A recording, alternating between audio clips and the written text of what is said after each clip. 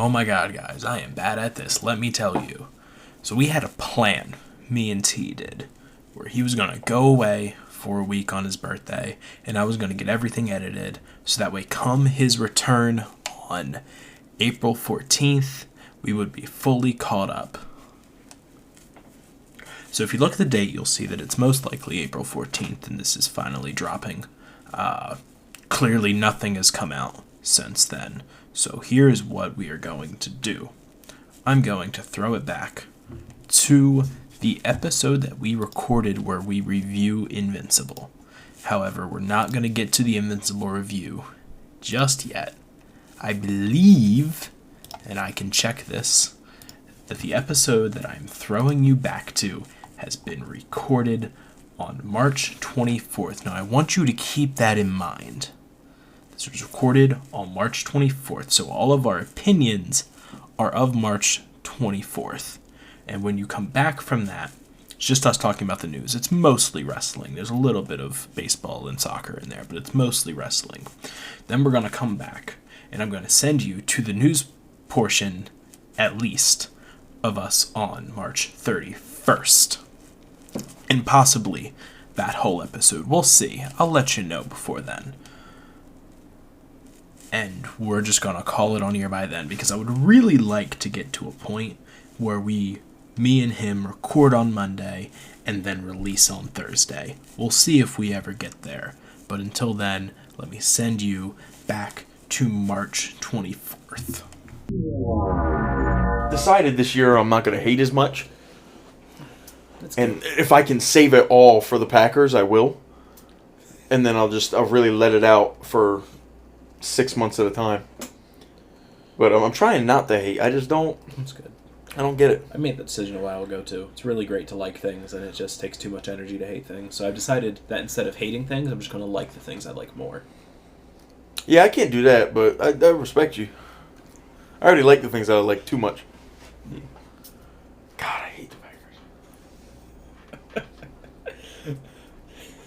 I'm going to go into my phone, so I'm going to take the audio clip and I'm going to go into my phone settings. I'm just going to change it so that way whenever it's you messaging me, the tone is going to be, God, I hate the Packers. God, I hate the Packers, bro.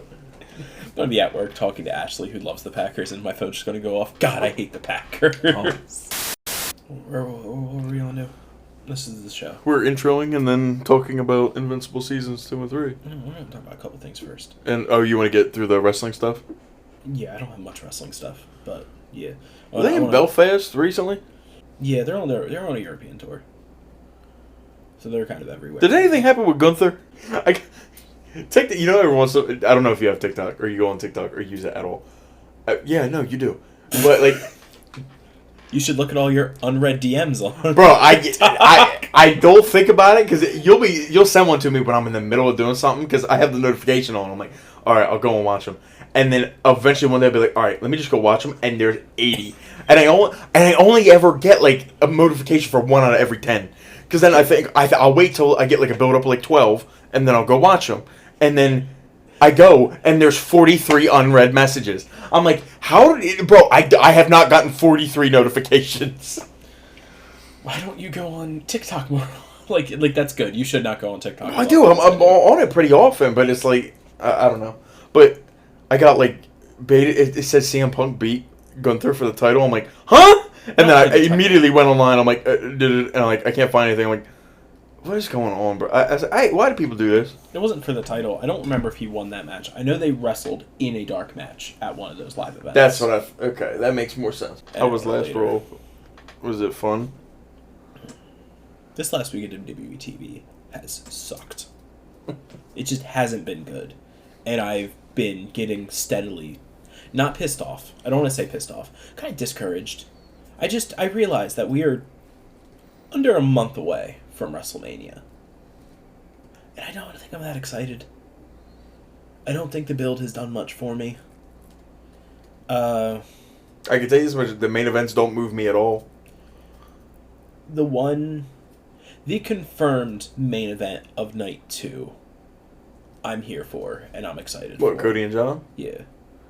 Yeah, still doesn't... But they've done, one actual building segment for it? Let me put it this way.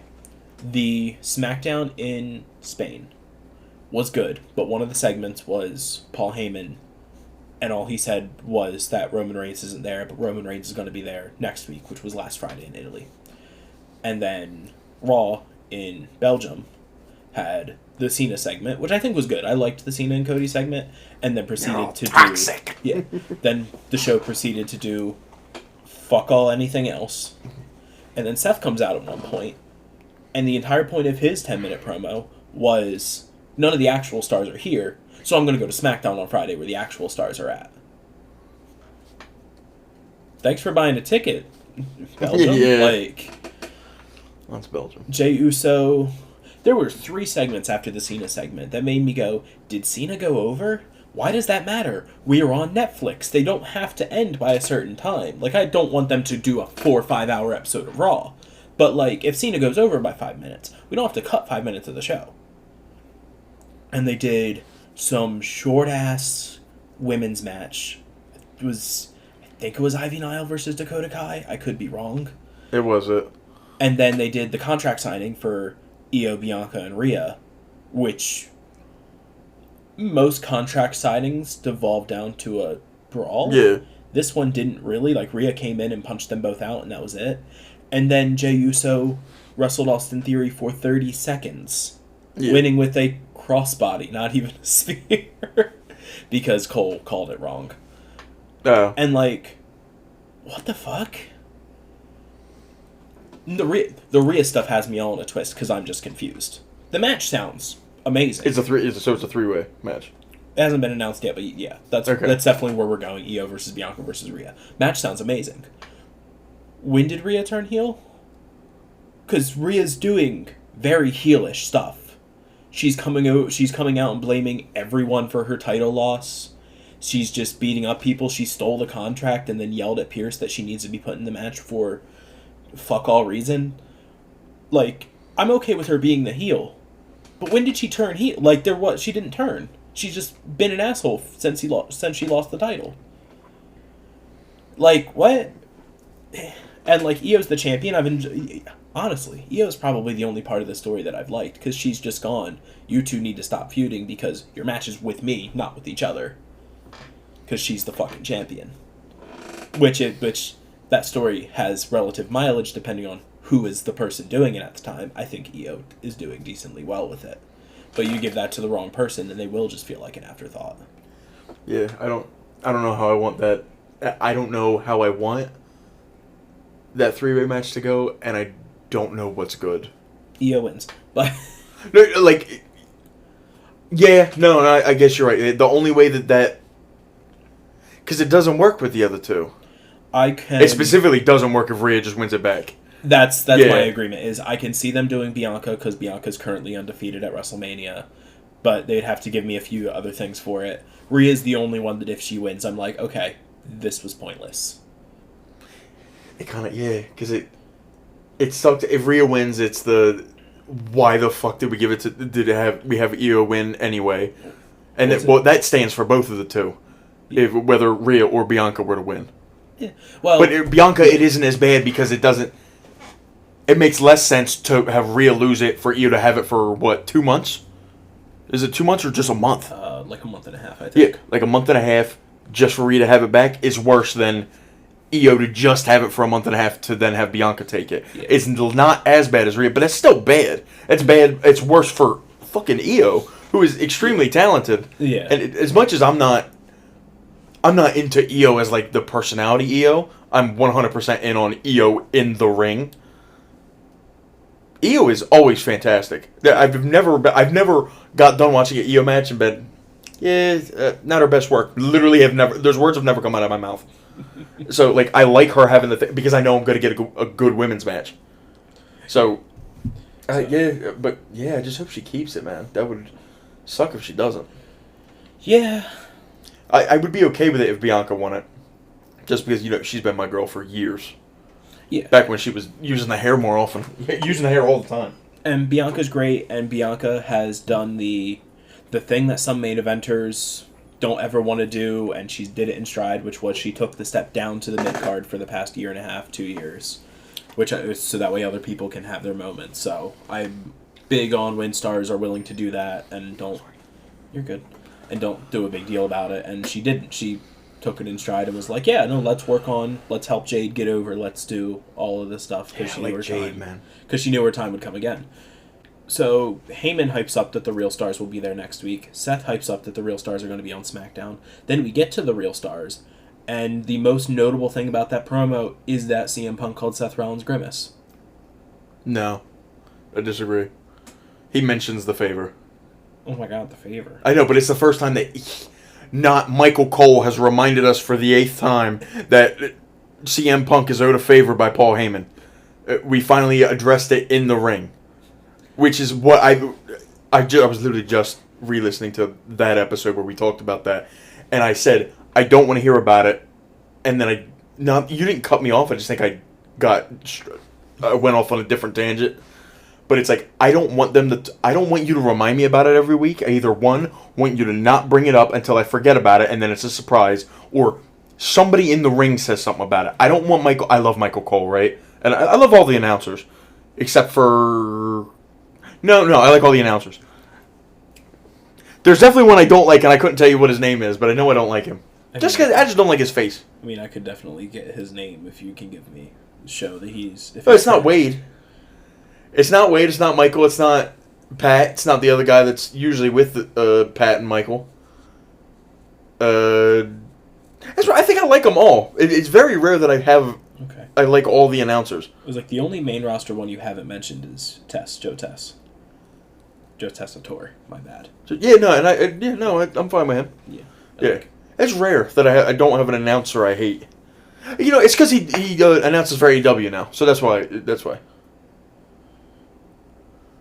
Fucking... This is not hard. I don't know who... It's the commentator from WWE that went to AEW. Oh, that's all of them. I know, but like the big one. Are you talking about JR? Yeah, Jim Ross, yeah. Oh, okay. Not a fan. His old stuff is really good. His stuff recently has been bad. But leave the game before the game leaves you. Yeah. It is a athlete's saying. And it stands for anything in life that you do. Leave the game before the game leaves you. But circling back to Roman and Punk and Rollins.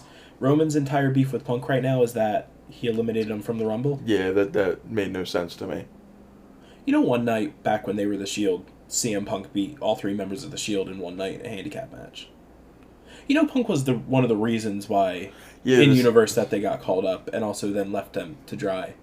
But it's that he eliminated you from the Rumble. That's the best we have. That's the best we have for what also could be a blockbuster triple threat match. Like the talent there and the stars power is there for that to also be amazing. That's what we have. Weak sauce. As a not week-to-week watcher and a PLE exclusive fan,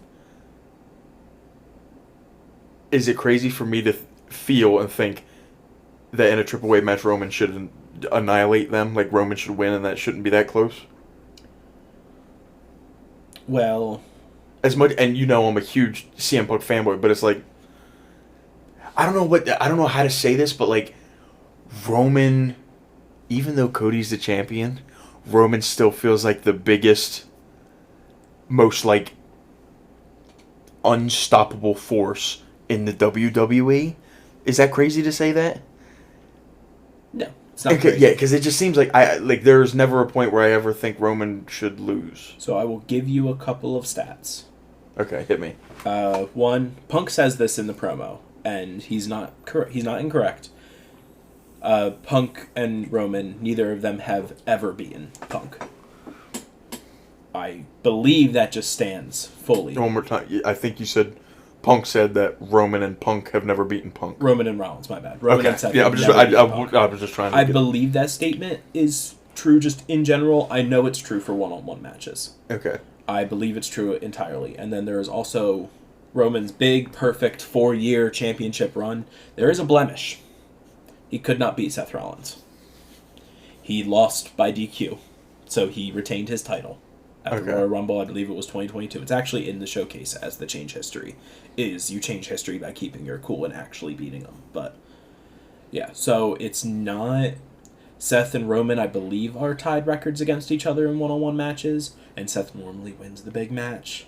So when you look at it from that way, they are pretty on even footing. Roman's just had the more dominant run recently.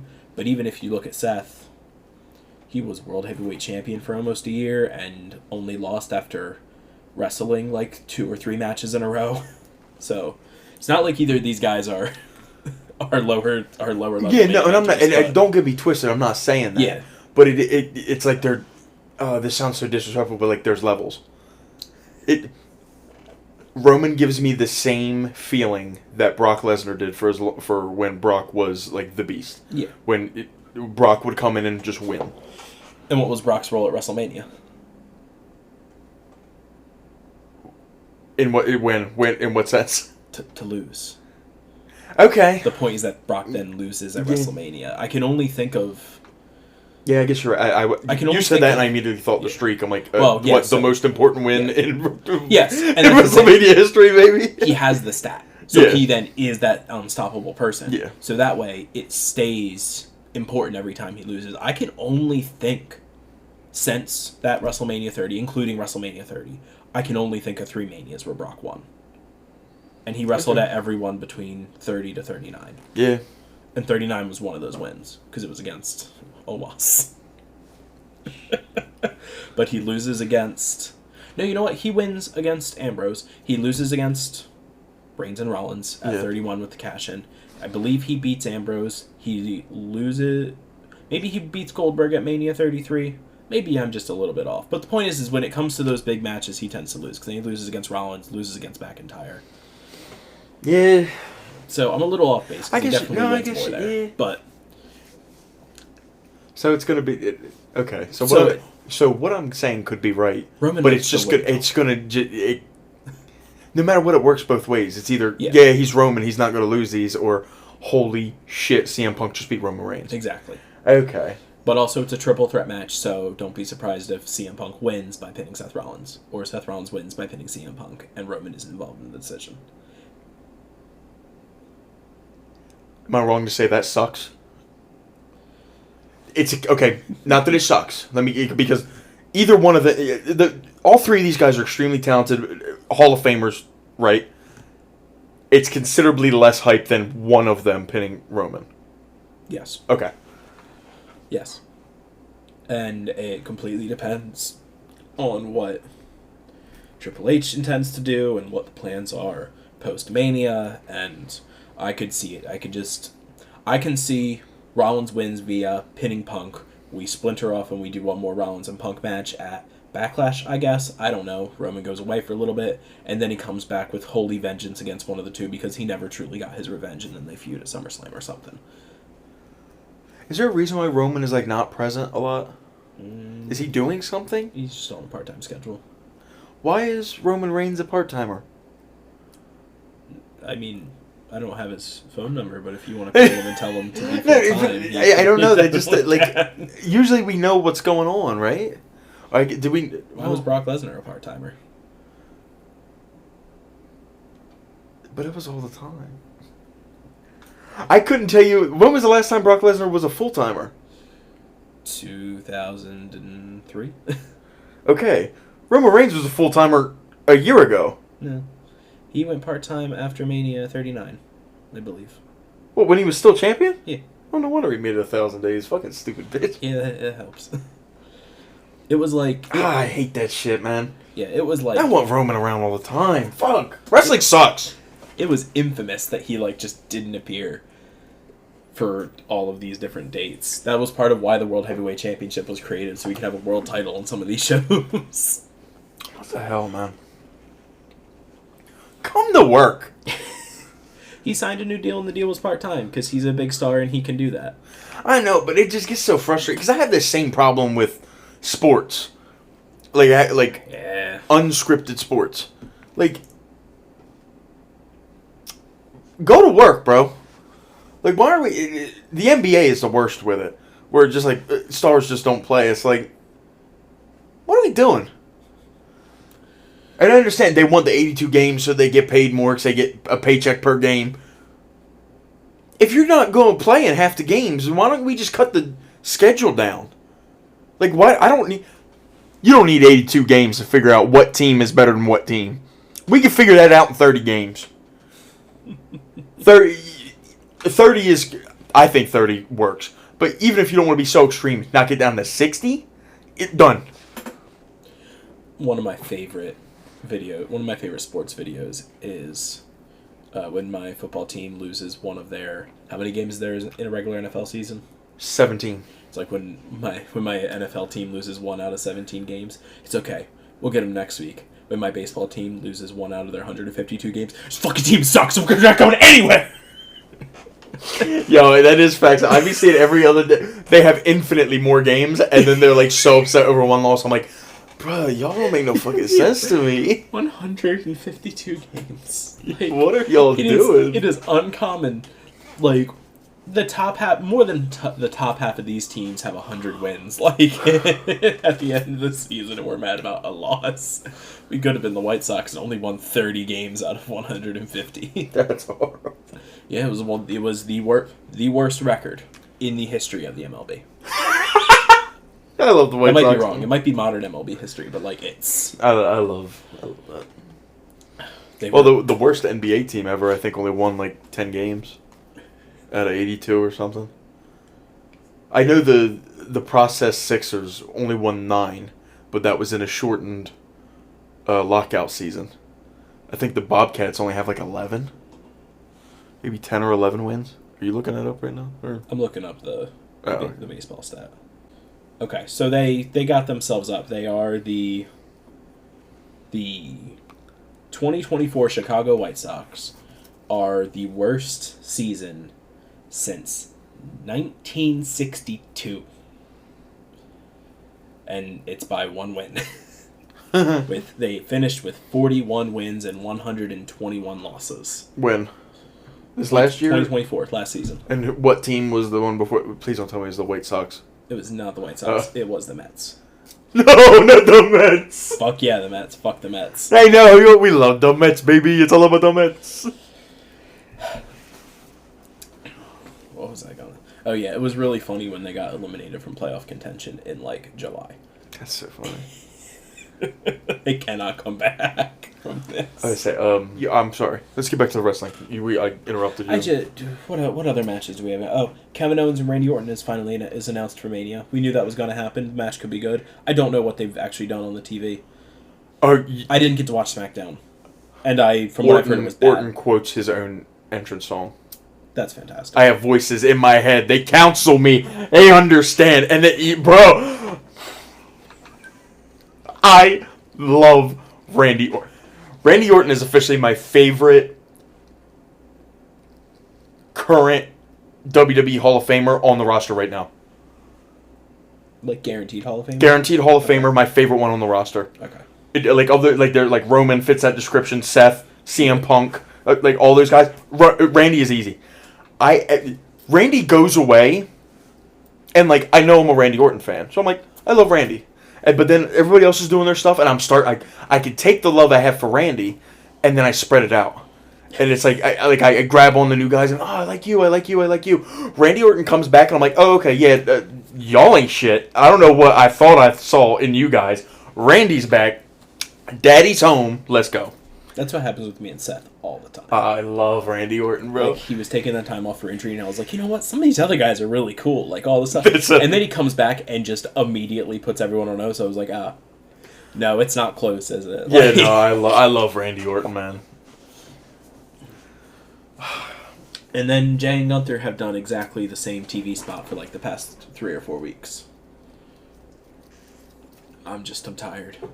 I'm so like one of them has a match and then the other one comes out and then they fight. They attack, yeah. And it's like, give me anything. Both of y'all can cut a half decent promo. Like, it's not as good as like your best promos on the show, but like, do something, anything different, please. You are the world title match at WrestleMania, probably going to be opening night 1, but at one point tipped to be the main event of night 1. Like, do something different. I'm not going to come at Jey Uso for the squash match because it's not his fault. I'm not going to come at him for the botch. It was a move that he's done 1,000, 10,000 times. Like, botches happen. But, like, do something in this feud besides just act like you guys hate each other. because I don't believe that you guys hate each other enough to be how you're acting. If Punk and Rollins got into the current thing where every time they see each other it's on site, I believe it because those two have put in the work to actually prove to me that they hate each other. Gunther slapped Jimmy. I just don't. There's nothing. There's literally on SmackDown. These guys are apparently supposed to hate each other so much that it's on site. On SmackDown, Gunther is just sitting next to Jimmy, shit talking him and his brother, like it's like they're sitting next to each other on the bus or something. I don't know, man. I might take the belt off of Gunther, give it to Drew. Just let Jay beat the shit out of Drew for hunting the bloodline earlier on this year. Just pivot. And you know what? Jay said you always tell me that Jay sells a bunch of merch. Everybody loves Jay. I'm not a Jay fan. I'm not gonna sit here and act like I'm in love with Jay. I'm a super kick fanatic. I love watching him do the super kick. There's nothing that Jay this is gonna suck and I'm gonna get crucified for this. I think Yeet is corny and I hate it. But I do think he can wrestle. And I do enjoy him. And if he does move merch like he does, then fine. They've made the I don't know if they've made the mistake, but what has happened is Gunther has been fumbled. Yes. You then have a shock Rumble win with two guys that had a beef at one point, right? Jay and Gunther have something before he won. They've wrestled a couple of times and Gunther has won and he's always just kind of punched it down and being like, Jay, you're the inferior. Yeah, but Gunther does that with everybody he beats. Yeah. So there's nothing unique between these two. You then have like I was saying, you have the shock win of Jay at the Rumble to then go up against this guy who there's nothing. There's nothing there. So now not only it's not Jay's fault that we have not capitalized on Gunther being the champ. You then have to manufacture this beef that doesn't exist because you already have a better ulterior plan for the other title with Cody and John, which I'm sure has been planned for forever.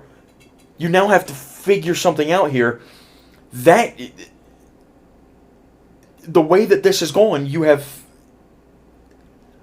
I don't know if there's any amount of excellent in-ring work that can happen at WrestleMania that will make me care enough about that match or make it worth Jay winning the Rumble.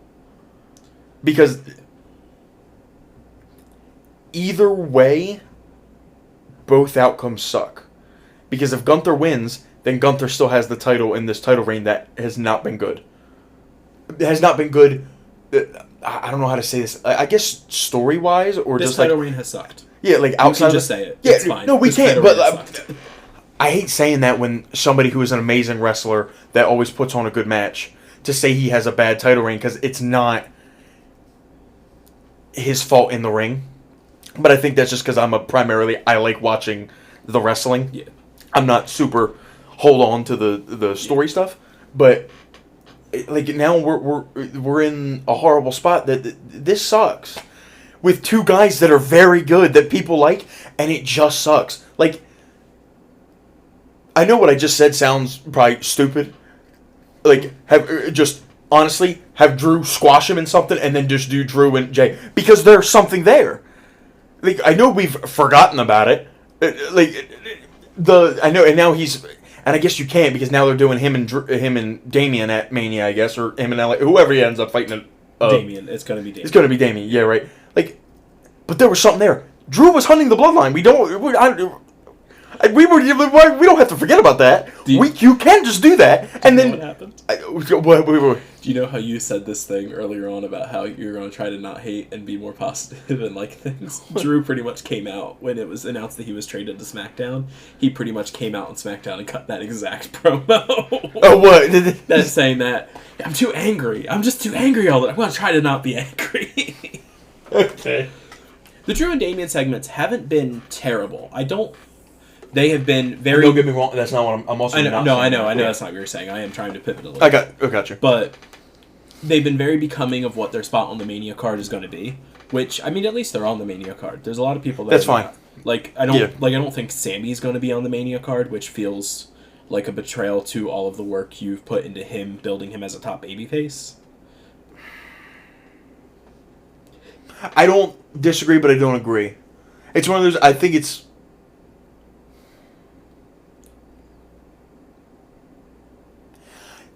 Are you not just in the same boat if you were to swap Damian for Sammy? Just swap like the Damian match for a Sammy match?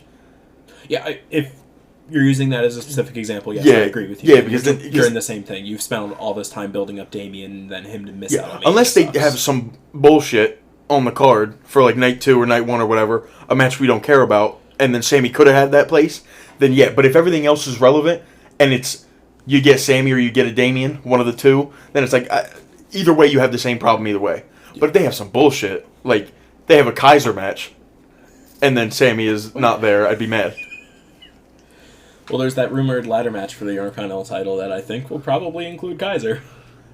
You can include means that there's more than one other person in the ring. So it'll probably be like Braun, Breaker, Penta, Finn, and that's badass. Those 3 I'm already bought in. You could throw anybody. You could throw R-Truth in, and it doesn't matter to me.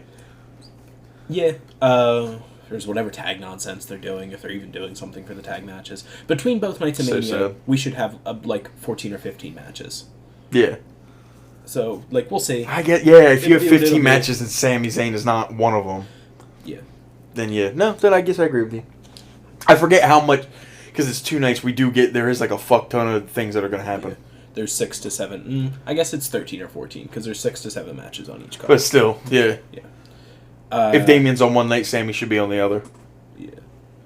I don't have anything for the WWE Women's Championship match between Tiffany Stratton and Charlotte Flair.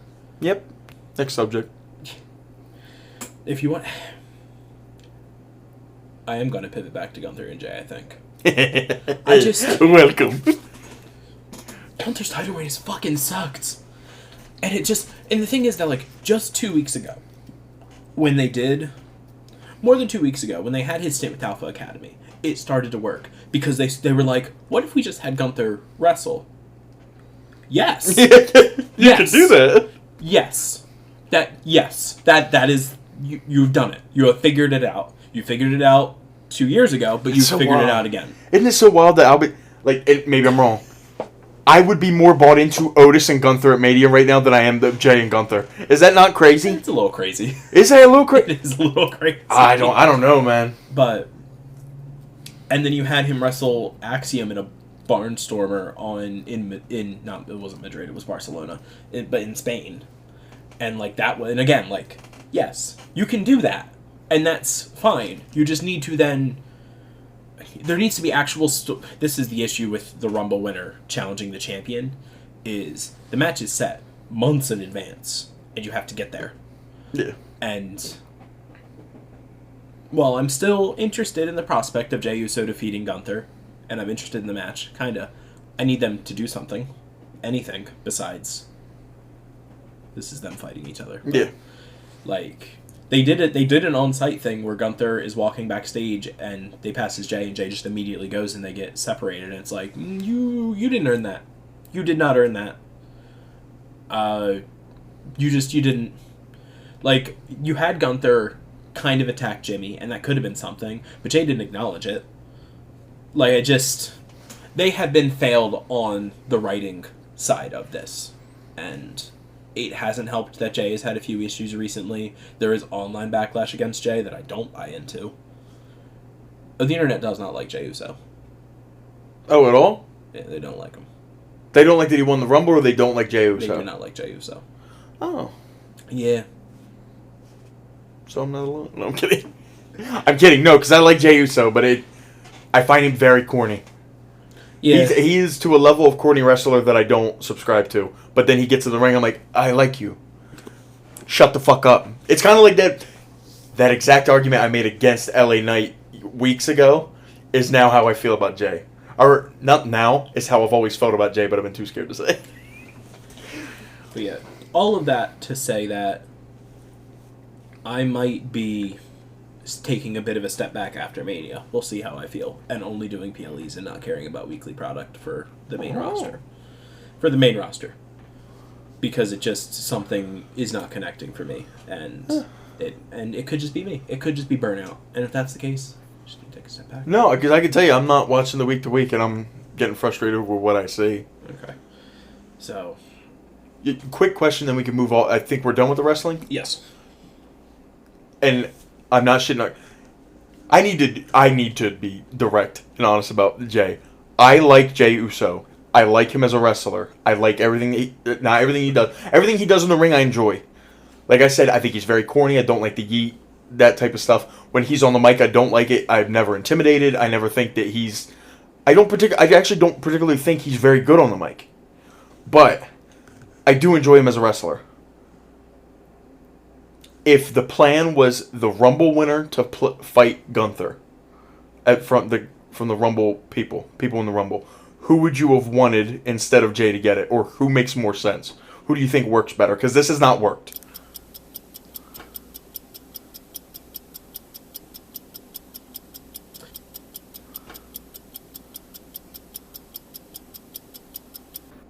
Can I give you a weird one? Yes. I'm going to give you a weird one, and if you want me to justify it and give the full road to WrestleMania how I would have booked it, I'll give it to you. This is going to be strange, and it might make you upset. Wait, I'm gonna write down. I was going to say there's a whiteboard behind you. I'm gonna write down what name I think you're about to say. Okay. Because I'm just gonna take a shot. But you can tell me if I'm wrong. Go ahead. Dominic Mysterio. Damn! Who'd you put down? I had Penta. Okay. Penta's cool. I think you could have gotten... Was Dom in the Rumble? Yeah, Dom was in the Rumble. He wasn't there for long, man. He was towards the end. He was when, like, all of the big stars were in it. I would have had Dom lay in wait. I honestly probably would have done the exact same finish to the Rumble, but then when, after Jay eliminates Cena, Dom runs in behind and just scoops him out and get a surprise shock win. You then do a lot of what you're doing now, because they're building to a Dom face turn. It's coming. And I can't wait, personally. I'm one of the biggest Dom fans that there is. Just tweak it a little bit, because Finn's going to be upset that he's going for the world title at that point, and that it's guaranteed match. And I think you can do a lot on the road to WrestleMania in the just keep Gunther on the same path of make him wrestle, have him wrestle. I don't want to say make him wrestle. Gunther will wrestle if you put him out in the ring. And have him have these amazing matches, and then continue the Judgment Day storyline of Finn's pissed at Dom because Dom got this guaranteed world title match at WrestleMania, and Finn can't ever win the world title, apparently. Continue the tension between them, and have Dom just keep working on his character in the backstage and some ring stuff as well. Getting this idea of, like, Dom probably can't, but maybe he will. Because it's like you say, the big match is already set. That's Cena and Rhodes. So you're right. It doesn't matter what star you choose to face Gunther. You're not going to be bigger than that. Yeah. Well, we can do something interesting and maybe have Dom win. Maybe. Or he doesn't. And it's fine because it's Dom. Yeah, but he has to win, though. Wait, no, he's Dom. No. But he has to win because even though you change the Rumble, it doesn't change everything that Gunther's reign has sucked. Yeah. So this belt's on life support. He has to win. So this has to be a part of the plan that whoever you pick has to take the belt off of Gunther. But I think it can work with a Dom win as well, because then you can either turn Dom face before Mania and do that turn where he casts himself off from Judgment Day, or you can keep almost the unstable heel alignment that you acted like you were doing with Damien's title reign, where Finn keeps involving himself to keep the title on Damien, and Damien's like, actually, fuck off, I can do this myself. But it felt like they never fully committed to. You can bring that back and try to do that post-Mania, and then actually do it. And then you can do Dom and Finn. I probably wouldn't wait till SummerSlam, but if you want to wait till SummerSlam, you can. I would probably do that at, not bad, Money in the Bank. That's like June-ish. Probably Money in the Bank is where I would do it. Dom should win Money in the Bank, by the way. Dom should win all the titles. I love him. He's the funniest person on the roster. These are all opinions. It's the nicest thing I think I can say about that. But no, I think he would be... I don't think other options are wrong. Like, I think Penta is... You choose Penta, he goes to WrestleMania against Gunther. They have an amazing match, and Penta wins, and he is world champion, and that can be good. I think the build suffers because I think no matter who you put against Gunther, his relationship against Gunther, the actual segments that they have, is going to be a lot of the same. Yeah, that's no matter who you pick. I just know you liked Penta, but there was no thought of this Penta would work. It was you really like Penta. Penta also is a hell of a fucking wrestler, so that's just what I thought. But I think that's the case with anyone. You choose Finn, same thing.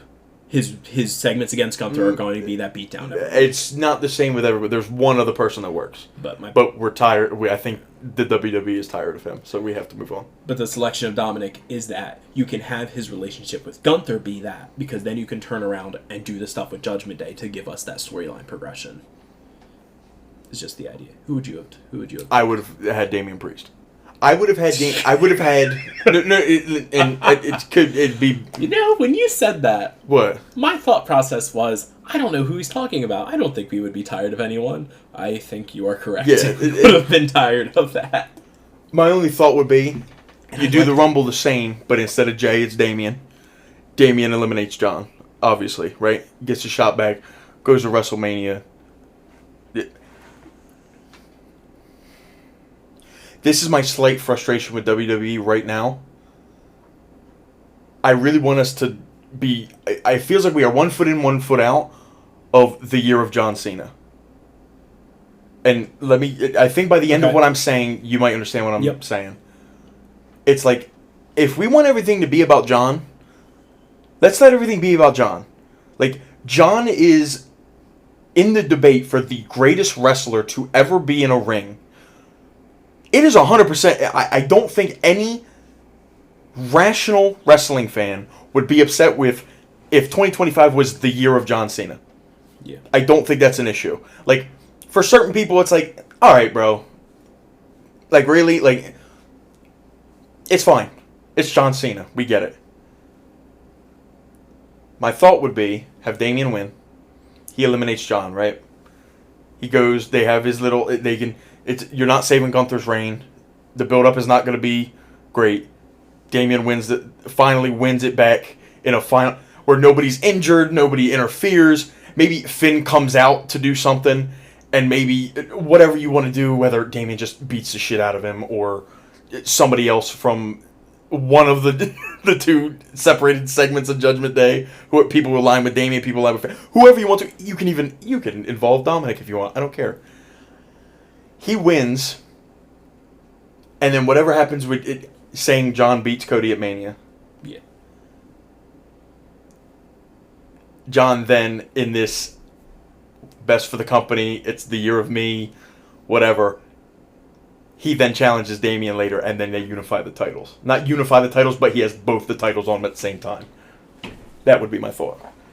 Just, not that I love it, but that's probably what I would have done. But that's just buying in on the John is the GOAT. John is going to get everything that he wants. I'm going to try to... If I take that step back from weekly WWE, I might dip my toe into weekly AEW and see how I feel, because some of it's not for me, but some of it is for me. You know, you're not that bad of a... Like, you don't have to punish yourself. If you just want to step back, you can just step back. There's other things you can watch weekly. There are plenty of things that I could show you. I will come over here and I'll pull up. I'll get you into the Godzilla stuff. We'll go deep dive into all the cool stuff, the shows. You don't have to. There's always another option. I want to see. And I want to do crack, but it's not good for me. So. But yeah, I'm going to check it out and just see what's going on. I know I'm not into the main story, but the main story might change. They might decide that it's not working and put the title on Swerve at Dynasty, which would be amazing, because I really like Swerve Strickland, so that could we be do. Fine. Yeah. I love Swerve. I think he's great. Yeah, we love Swerve. So, like, it'll all be we'll see. I'll dip my toe in, I'll start watching Dynamite Weekly, and if I don't like it, I'll pull back out. If I like it, I'll stick around. Maybe I'll see what's going on Collision. But if I don't like it, just pull back out. It's fine. It don't have to be any more serious than that. Tony Khan is doing something hilarious, which I love it when Tony Khan does something hilarious. He has scheduled the April 16th Dynamite, I believe it is, as a special episode called Spring Breakthrough. Now, what's happening on April 16th is AEW Dynamite will officially be the longest-running weekly wrestling show on Turner Broadcasting. What that means is they have been going on for longer than Nitro did. WCW Nitro did in its entirety. Which is a big deal because the number one hater of AEW was Eric Bischoff, who was in charge of WCW Monday Nitro. So, I like it when we're petty.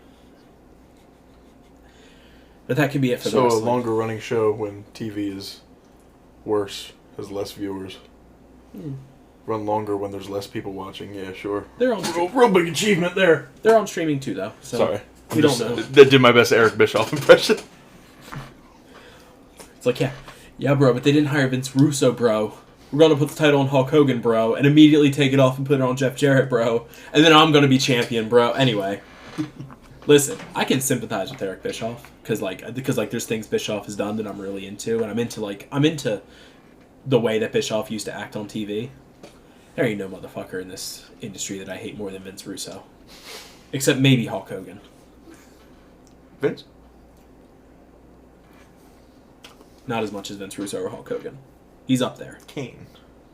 The man, not the wrestler. The problem is I do like the wrestler Kane. I know, but not the wrestler. Yeah, but they're gonna affect each other a little bit. No. Vince, the problem is that Omos. no, because Omos is a lovely man. He is so great.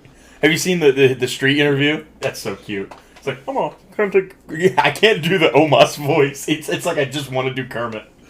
The thing is that Vince McMahon, even though he's like one of the worst humans of all time, he's got to be up there as far as worst humans of all time. He's genuinely done some industry changing stuff, and when you hear him talk about his past mistakes writing wise, creatively, he does kind of give that layer of well, maybe that didn't work as well as I wanted it to. Maybe this isn't. Vince Russo will come out and vehemently defend every decision he's ever made, and it's like, you maybe had one good year creatively. You killed one company, almost killed a second, and now no one will hire you because of how terrible your ideas are. So, but we can move on. We love Paul Heyman. We do. I do love Paul Heyman. They're good. I have a sports thing. Is it baseball related? It is baseball related. Okay, let's hear it. I believe he's still current Phillies pitcher. Tyler Phillips has been designated for assignment. He is if you recognize that name immediately, it's because he is a local boy. He grew up in South Jersey. And I think he's really good, and I understand why they have done so. I'm going to check for a update for him, but I don't believe any update has happened. So yeah, he's just been DFA'd, which means that in a week we'll know what's happening with him. The Phillies are removing him from their main 40-man roster, which is the roster that actually... So they're sending him down. Maybe. So Or they're releasing him. Maybe. He's been DFA'd. That just means that they have a week to essentially make that decision. They either need to release him or put him on waivers or trade him. If he's put on waivers, he then sits on waivers for, I believe, the MLB time is 48 hours. And then if he clears that, then they can send him down. If he's okay with that. Or he can choose to be released, I think. Okay. MLB is complicated with some of that specific contract stuff, but we'll see what happens if he gets placed on waivers, because I don't know how NFL works or NBA works with that. Once they're placed on waivers, all 29 other teams have a chance to go, we'll take him, and then they claim him off waivers. Waivers. And then can claim his whole contract with it as well. So we'll see.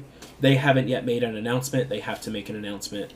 By the time this episode comes out, the announcement probably would have been made and we'll actually know what's going on. But yeah, we're going to be getting a bit more of this as stuff goes on because the baseball season is actually going to start. By the time this episode comes out, opening day will have happened. Happens 1 week from recording date. So, excited. Now I get to talk about a sport while you sit there and just go, oh, okay. Okay. Speaking of that. When I say U.S. MNT, what does that mean to you? Can you put together what that means? United States. Men's national tennis? You got 4 of the 5 ones right. Ah, damn it. Which one did she get wrong? The last one. It's not tennis. Damn it.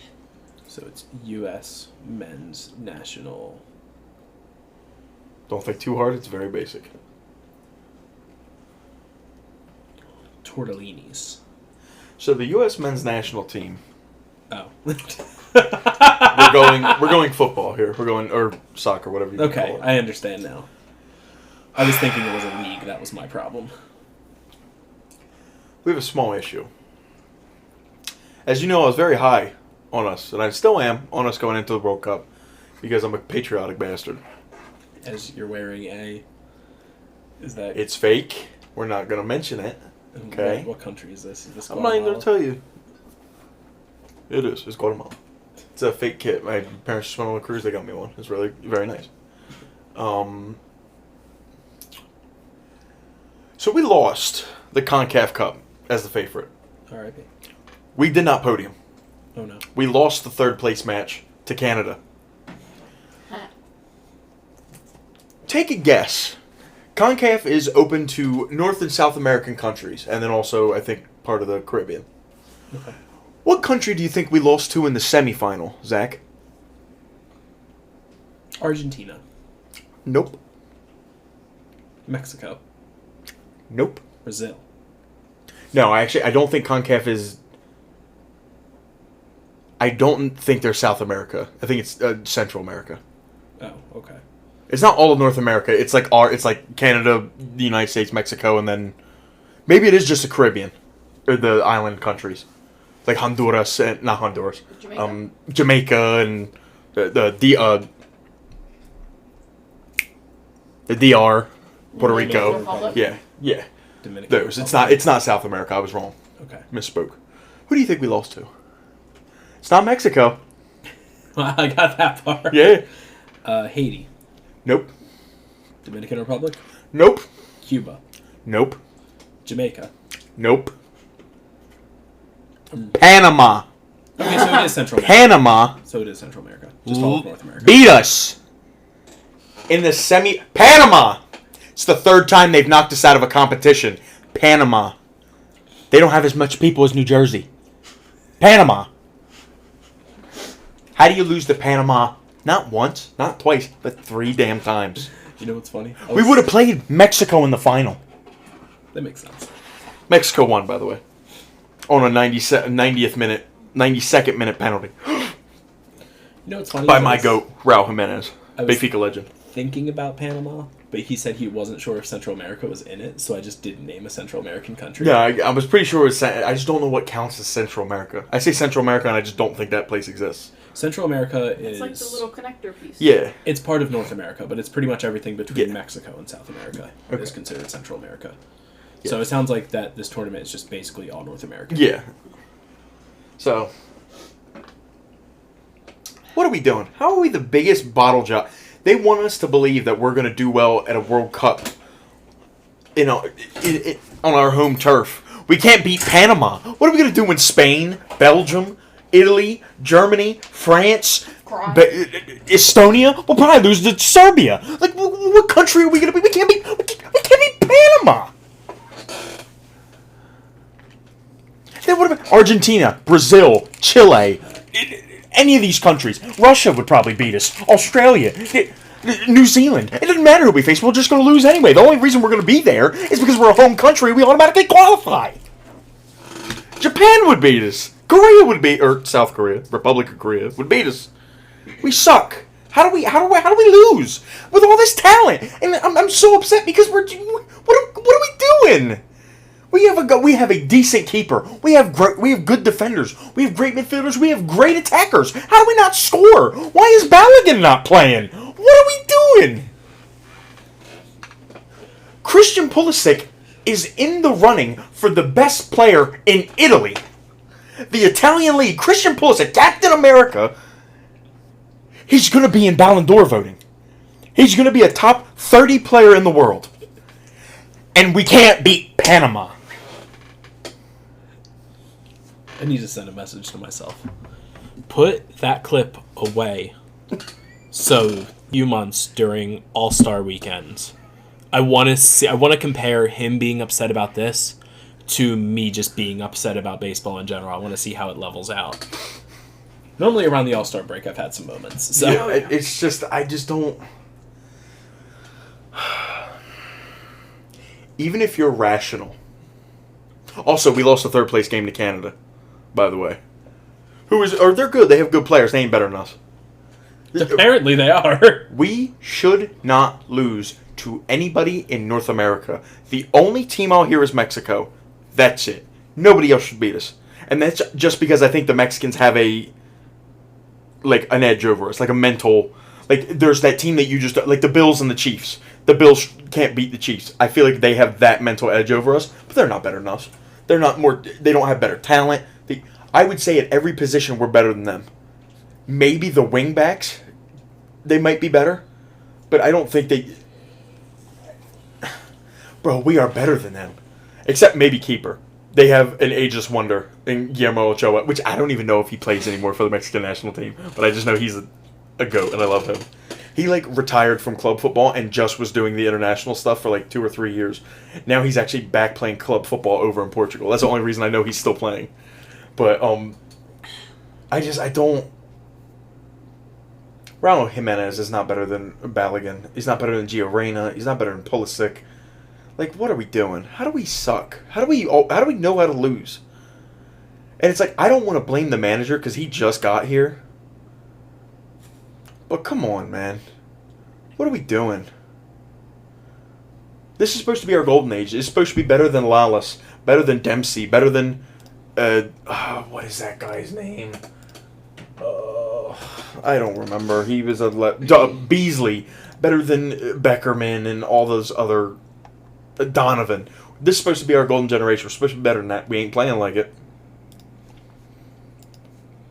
If we get grouped in the World Cup, Zach, I'm going to lose my mind. We're probably going to. Well, we made it out of the group last time. At the last World Cup, we lost in the first round. But you can't get grouped on your home turf, man. You can't get grouped.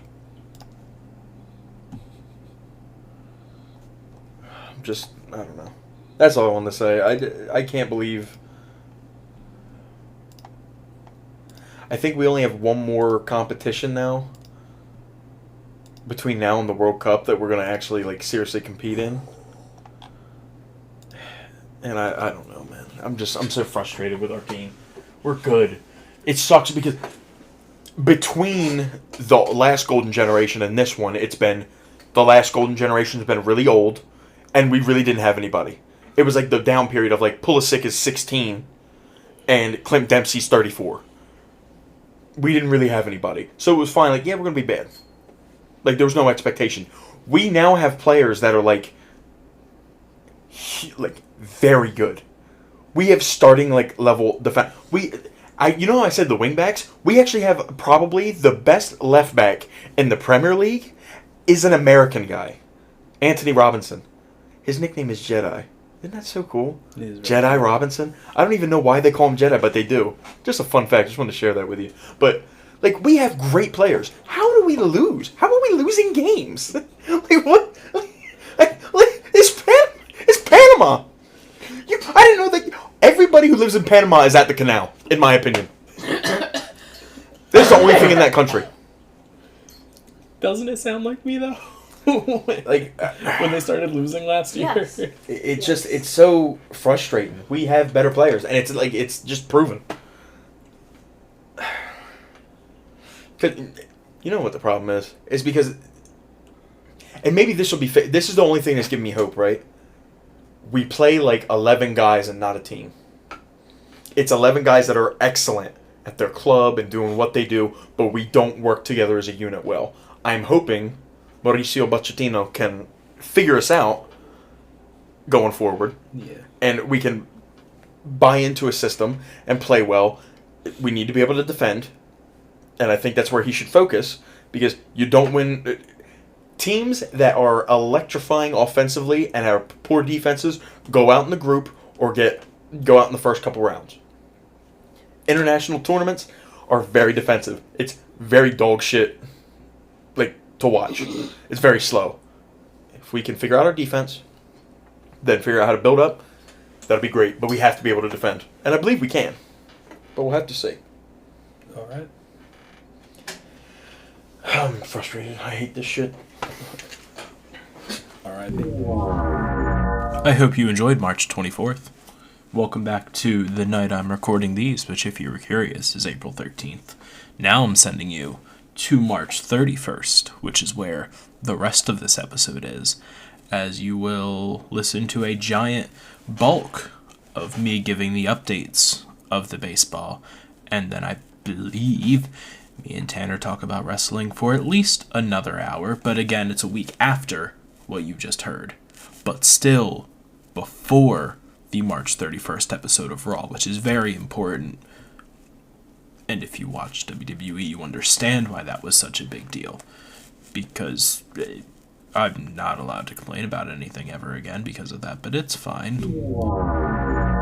Sport ball. You do your sport first, and then we'll get into the sport I care about afterwards. Okay.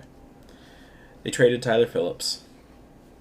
R.I.P. Traded him to the Marlins for cash. No, Marlins. I hate for cash trades.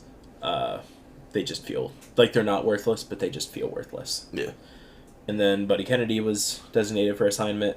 Those are both of the South Jersey boys, just Philly being like, oh, we need something else. And, like, I don't disagree, but also, it sucks. Yeah. We haven't... Buddy Kennedy was DFA'd, like, 4 days ago, and we haven't gotten an update on him yet. Tyler Phillips, we had the update, like, the day after we recorded. It was like, he's traded to the Marlins for cash. And it's like, oh, okay. So, we'll see. We'll have an announcement for Buddy Kennedy soon. Obviously, on here, we won't hear until next episode, which will be 2 weeks from to this recording date, which is the 31st. Because tomorrow is Tanner's birthday, and he's going on trip. Happy birthday, Tanner. Thank Everyone you. say happy birthday, Tanner. Yay! Alright, so whatever the fuck is going on with the Yankees. Have you heard about this yet? Nope. So the Yankees beat the Brewers on Saturday, which is expected. You know what the final score was? 12-6. 20-9. The Yankees, was it 13 or was it more than that? Well, they put up 13 in, like, the 8th or something?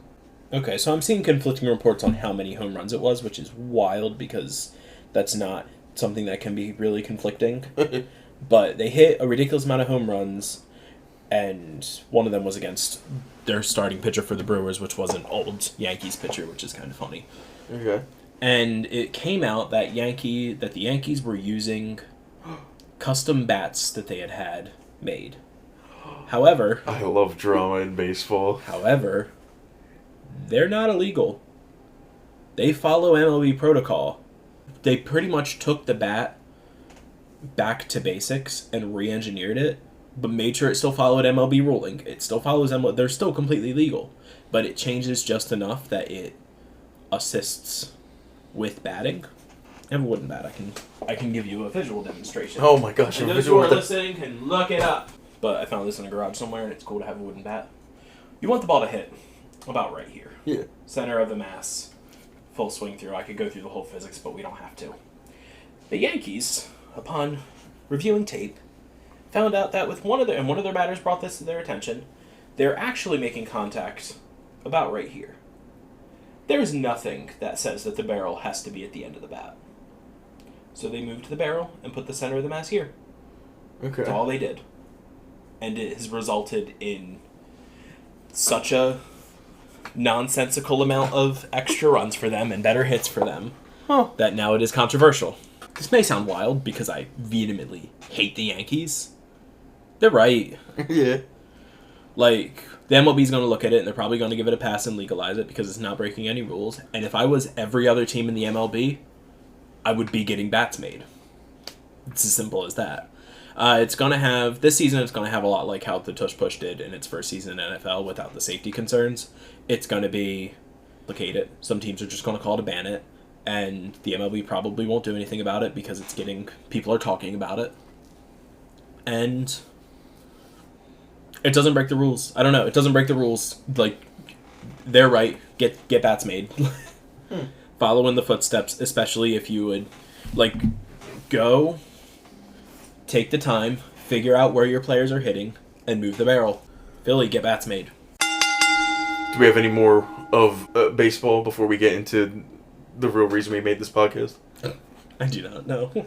Let's fucking go. But say that's the truth that you say I let you talk about football so I can talk about wrestling. No, I let you talk about football so I can talk about baseball. You're gonna talk about wrestling regardless. I know that's you don't have a choice in that matter. I'm locked in. Okay, you lead the conversation, and I will chime in with whatever I saw. So, this week of TV, the Raw in Glasgow and the SmackDown in London.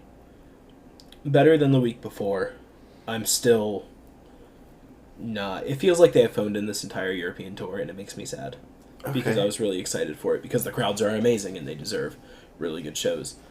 Cena comes out and cuts pretty much the same promo as the week before. Yeah. Which is... Come on now. Cena comes out and cries, which is... Not Cena. Cody comes out and cries, which is his thing. I'm not coming at it. It's nice.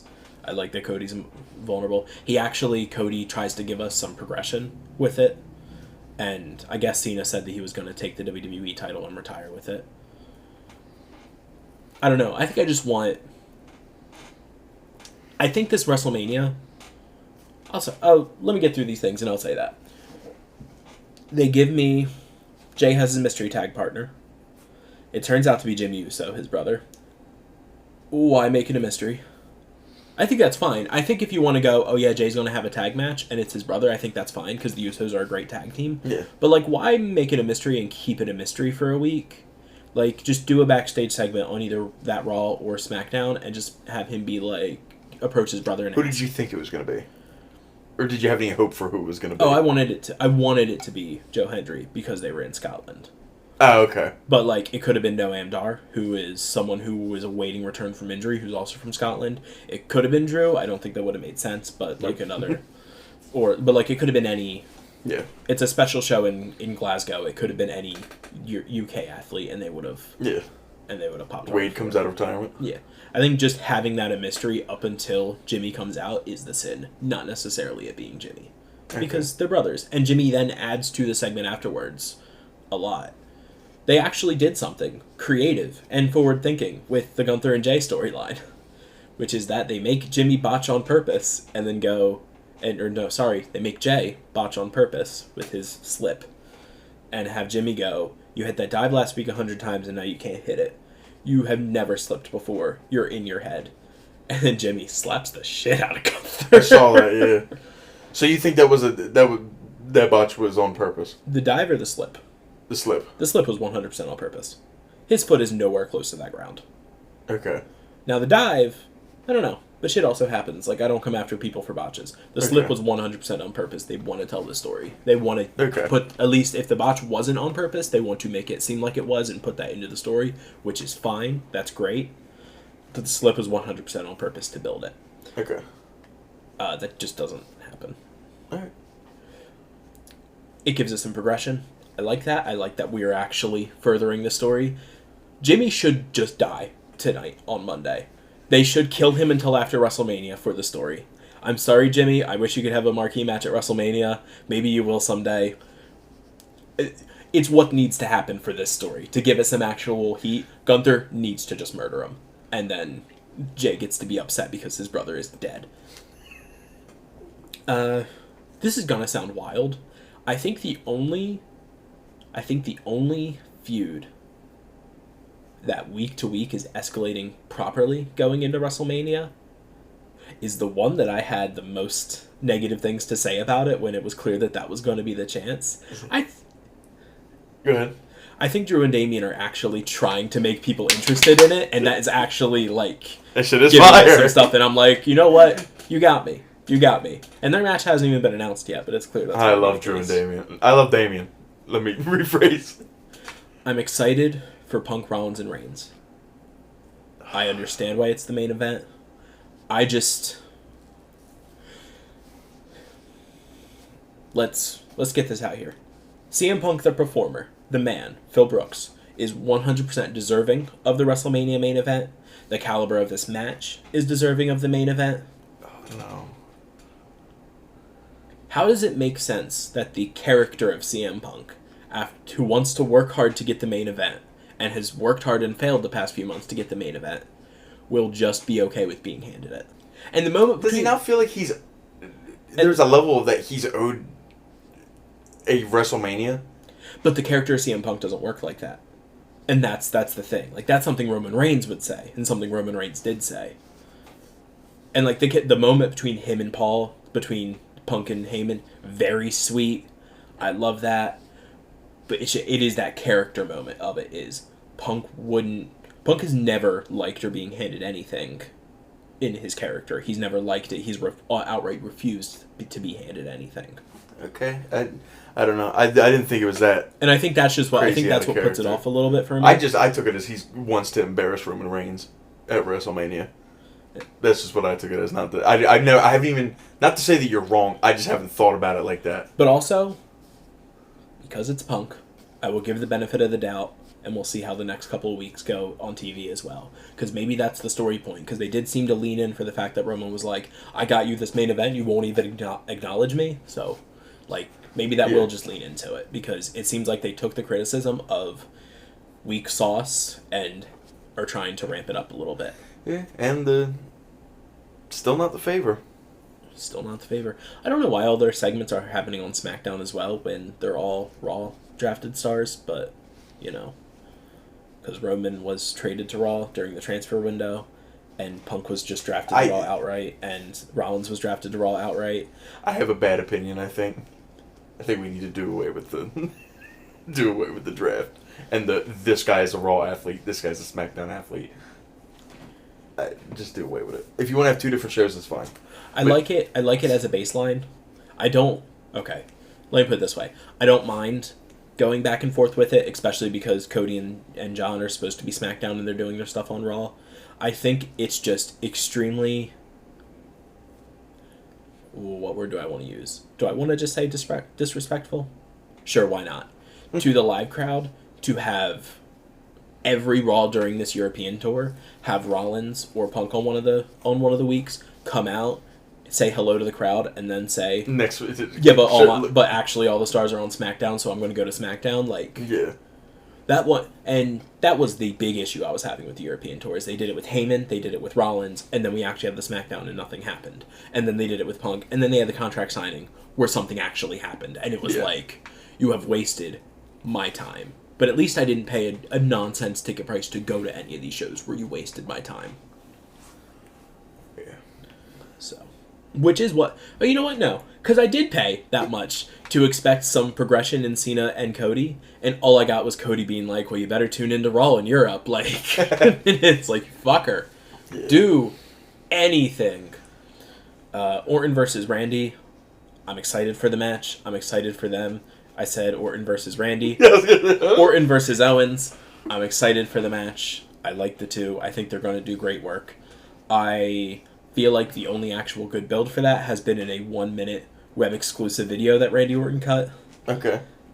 This is just where I'm at with this entire Mania. Rhea and Io are having a rematch tonight for the Women's World Title, where Bianca's going to be the special guest ref. I saw that. That will either be amazing in building to the story, or it will just piss me off. We'll see what happens. Okay, what's the reality that it pisses you off?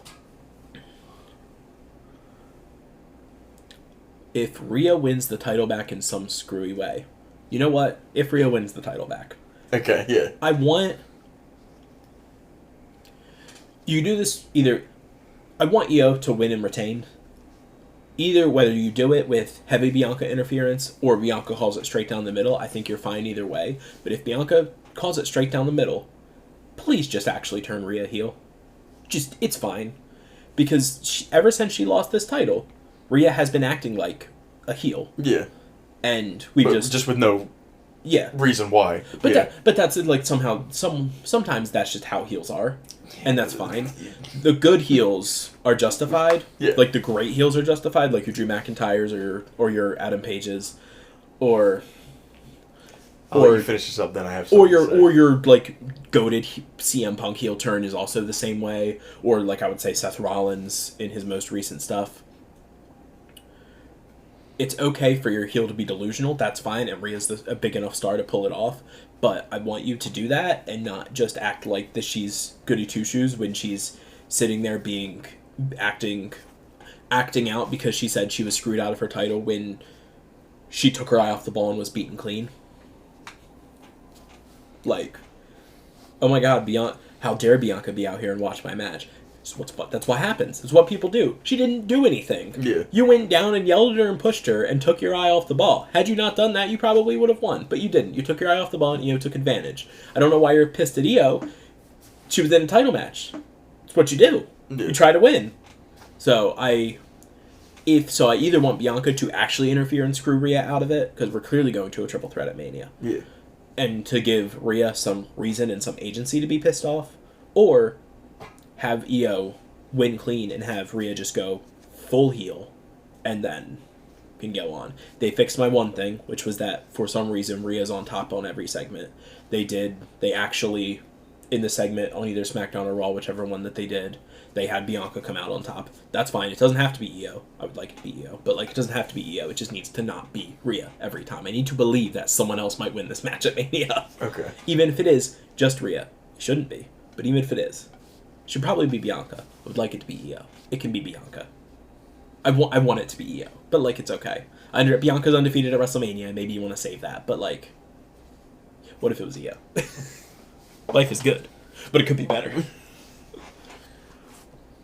I don't care for Tiffany Stratton versus Charlotte Flair. Yeah, still don't care. Tiffany cut an okay promo on SmackDown. It was fine. It was okay. I just don't think I think I'm just done with Charlotte as a whole, and I think I like Tiffany. Don't say that. I think Can't be as a whole.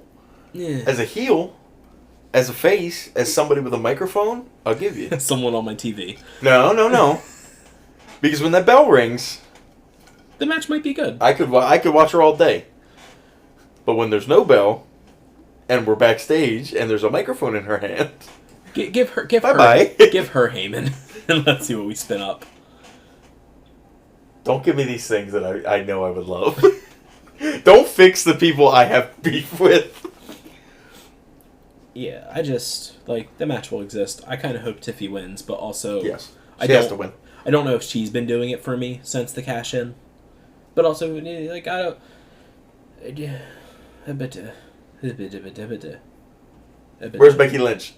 Moving on to the next I segment. miss Becky Lynch. Are there any other matches announced? There was a segment that I thought was something that I thought we would talk about. Oh, there might be, but I was reminded of two more. Okay, go ahead. The possible Intercontinental title match should be really good. Is that... I get these always messed up. Intercontinental is... Breaker. Yes. Okay. So it's probably going to be, he had a match against Penta defending, because he's defending on TV. Yeah. Amazing. 10 out of 10 Triple H. Yep. Please. That's great. That's great. Braun Breaker wrestle in an important Braun match. Breaker defends his Intercontinental title on TV? Yes. Every other week. Yep. Let's just, he doesn't have to defend, now he doesn't have to defend it until Mania, because you want that build up, but Yeah. he shouldn't only have 3 defenses with that belt, or however many he has. He should have a lot more. Yeah. So it's looking to be...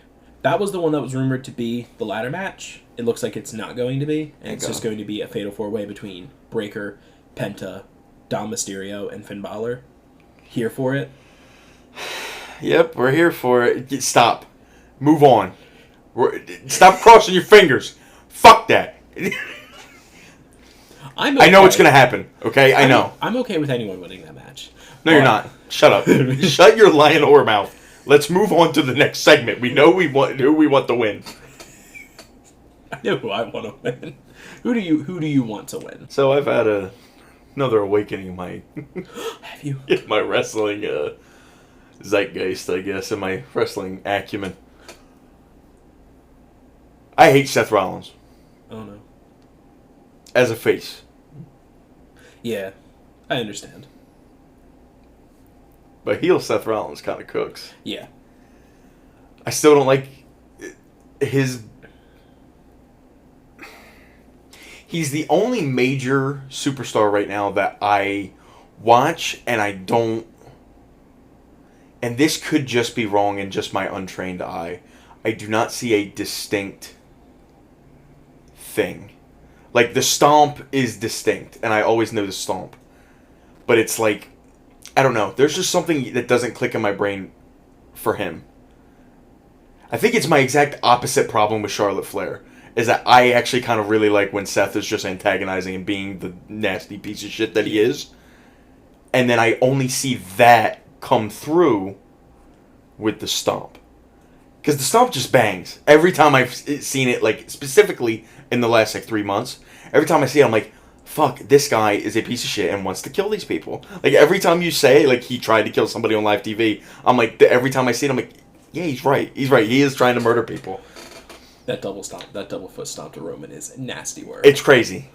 And then we come to my other part.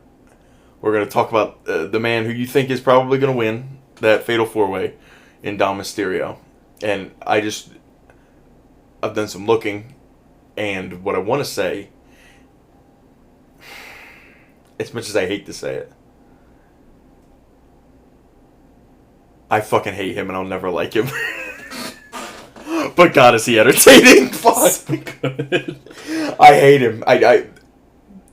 You know what it is? It is purely my absolute love for Rey Mysterio that makes me hate his ass.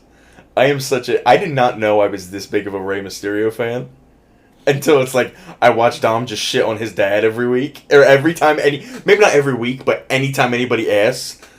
When he had a sit down interview and he said, "Yeah, I think I'm the best Mysterio of all time." I'm like dumbfounded. It's like beyond athlete delusion. Like, every athlete to become a major athlete has to believe they're better than everybody in the room. But it's like, your dad is a top 10 to 15 wrestler that has ever existed, and you are famous for a mustache. So get the fuck out of my face with this stupid shit. I said something the other day, and I was like, damn, I don't know if that would piss people off. I was like, the best thing you've ever done is be a +1 to the women's championship. But I don't know. Fuck Dom, but they're both entertaining. Fuck Dom, fuck Rollins, but they're both captivating. So, and that's why I love Dom so much. He worked you so hard. I hate him. You just cannot I hate him. like him. I will never like him. That was an interview with Chris Van Vliet. And that's what I thought it was, but I didn't want to respect to Chris Van Vliet. That entire interview is great. It's because Dom's commitment to the bit is so good that he does just go, "I think I'm the greatest Mysterio of all time." Your father? He's in the Hall of Fame. Yeah, after 30 years. I hate him. When they were both champion at the same time, he was like, "Oh yeah, because my dad had to win the U.S. title to overshadow me. You know what U.S. is a part of? North America. Checkmate." Even though he's the secondary champion of the developmental brand. I hate him, bro. I hate him, bro. Whenever there's like an interview and out of WWE, like Chris Van Vliet or Logan Paul, and it drops and it's Dom, it's immediate watch. I need to see what nonsense this man says. I hate him so much. The segment it was 2 weeks ago where he tells Finn, he's just like, "I just think we should ask Penta to join the Judgment Day," and Finn's like, "Penta, the one who's going after the Intercontinental title, my Intercontinental title that I have a shot for," and then Finn storms off. Dom just turns to Carlito and goes, "I didn't even know Penta was going after the Intercontinental title." And Carlito just looks up and goes, "You don't watch the show, do you?" I love I did see that. Yo, Carlito is funny, bro. I love Carlito. You don't watch the show, dude. I love Carlito. Oh, I love Dom. But what about there's one more segment. Oh, I can think of two more Oh, well, then go ahead. possible matches that are happening at WrestleMania that you could be. No, well, it's definitely not. I don't think it's for matches at It could be WrestleMania. part of that build. I don't know. There's the stuff with the U.S. title, which obviously LA Knight was defending against Braun Strowman, and then Jacob interrupted and did some nonsense.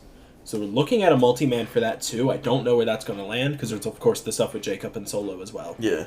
Looks like that's building to something. I don't know what their plans is for that. I assume to see them at WrestleMania. I don't know. And then the tag stuff, which the SmackDown tag division's on fire and people don't care for some reason. I don't know why. I care. But like, people don't give a fuck. And I don't know why. I love all of those teams. And you know something? I did not love all of those teams a few months ago. They made me love all those teams. I loved. What is it? Is it DIY, New Day? Is it still the Machine Guns? New Day's on Raw, but also New Day too. New Day versus War Raiders possible at WrestleMania. Yeah, okay. And that would be fun because the New Day have been doing great work as well. Yeah. The SmackDown Tag Division, it's the current champions, the Street Profits. Yeah, Street. Yeah. DIY, Motor City Machine Guns, Pretty Deadly, and Los Garza. I've been on and off with the Street Profits. They do good work, and then sometimes they just do nonsense, and sometimes they do really good work, and sometimes they do nonsense. Obviously, I love the Machine Guns. I love DIY. I did not care for Los Garzas, and I didn't care for Pretty Deadly. And the past few months of Calamity have made me care about all of them, because Los Garzas are actually just really good. Yeah. Like, they're actually just amazing. And I did not know this, because they weren't allowed to do the thing that they were good at. Wrestle? Yeah. Yeah. And I was like, damn, who would have thought? Who would have thought? And I feel this way about, it was the week where I think... It was the week when the women's tag belts changed hands. When Liv and Raquel won the tag belts. Lyra also defended her women's Intercontinental title earlier on that show, and they had just done a nonsense SmackDown where a bunch of the tag teams were wrestling, and I was just like, man, who knew the way to get this stuff over was to just... Let them wrestle? Yeah, like, oh my god, the women's tag belts feel important? Who would have thought that the way to do it would be to have them defended? Man, Lyra's Intercontinental title reign feels important? Who would have thought that the answer would be to have her defend her title on TV? That tag, like, we didn't talk about it when it happened. That tag match this was before Elimination Chamber, between Bianca, Naomi, and then Liv and Raquel, was amazing. It was genuinely amazing. It looks like they're going to wrestle at Mania 2, probably wrestling the team of Lyra and Bayley, which I'm a little indifferent about. Lyra, you are champion, and I do think I am infinitely more enthused with the idea of just doing Lyra versus Bayley instead of them teaming together to face the women's tag belt champions. It is clear that these plans changed because they could not reach an agreement with Becky Lynch because she didn't like the creative, most likely, which I don't blame her necessarily. She was either going to be tagging with Lyra or facing Lyra, one of the two. And maybe the build-up creative, maybe it was teaming with her, and that was just like, I'll face her. Like, we can do a one-on-one match. And they were like, well, we want you to tag. And she's like, no. Because I want to say they were also going to do Bayley versus Roxanne, which I'm disappointed that we're not getting that, probably. Because Perez, right? Yeah, Perez. Because that feud has been building for a while. And they've yet to actually meet one-on-one. But what was the segment that you saw, if I haven't touched on it yet? Well, you sent me a picture of Rey Fenix. Oh yeah, Rey Fenix is debuting on Friday. I'm very excited for that. Yeah. He bangs. I'm surprised they're not saving it until after Mania. Which makes me think that they're going to have him factored in somehow. I was going to say, I think that means he's going to be doing something in Mania then. Yeah. Hopefully they just do a ladder match for the U.S. belt. Throw Jacob, throw Braun, throw Solo, throw Phoenix. I have LA Knight. I have something to say about that also, but I want to get to this first because I don't know if it's very important. Cody in the ring with Randy, WWE's biggest loser, walks out and talks bad about Damian Priest. I love Drew. The more he speaks, the more I dislike him. Drew? Yes. Really? Yeah. Oh. Is it just because you love Damian Priest? I'm sure that plays a part. Okay. But, you know what, that is probably it. He is beefing with one of my favorite wrestlers. So it's like, okay, just shut up, I hate you. Yeah. I like that they are actually working to make their match worth it. It's almost like Drew and Damian asked to work each other at Mania, so they gave it to them, and then the fans went, "Oh, this again," and they like took it personally. Yeah. So that's what I said, and I took it personally. Yeah. So that way they took it personally. That way it's because they're feuding very nicely. Randy threatening Cody, not even threatening Cody, but just being like, "I'm coming for my 15th." Does that have any weight, or is this all just the boat to get Drew out to talk? That specific moment, I think, would hold more weight to me if I wasn't so sure that John Cena was winning at Mania. Yeah, but then doesn't that just say we're going to do a little Randy versus John? Yeah, I mean, you know where Backlash is at, right? No, I don't. It's in St. Louis.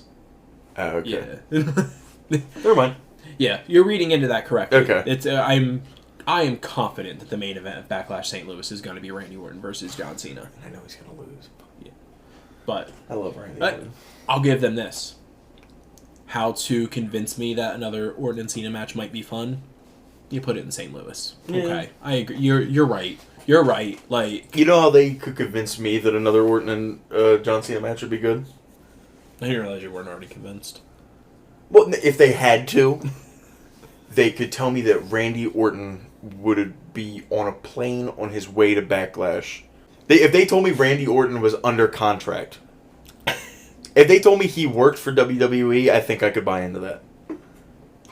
Because Randy Orton is the GOAT. Yeah. I fucking love Randy. I hope they deactivate that Universal title. Deactivate? Yeah, because technically Cody holds 2 world titles right now. Because they never deactivated the Universal title when they unified them. Oh. Yeah, it's really stupid. And we really thought they would deactivate it once Cody won it, and they still haven't. Okay. Yeah. They needed to keep it, even though they unified the title, they needed to keep the lineages separate because that was the title that Roman had the long reign with. So it needed to be around until his title reign ended. So we figured, okay, Cody wins it, they merge them fully, and it's just the WWE Championship lineage, the Universal title. They either say the last champion is Roman Reigns or the last champion is Cody Rhodes, and we go forward. It is still active. It is still being book kept. And we know this because of the website and stuff like that.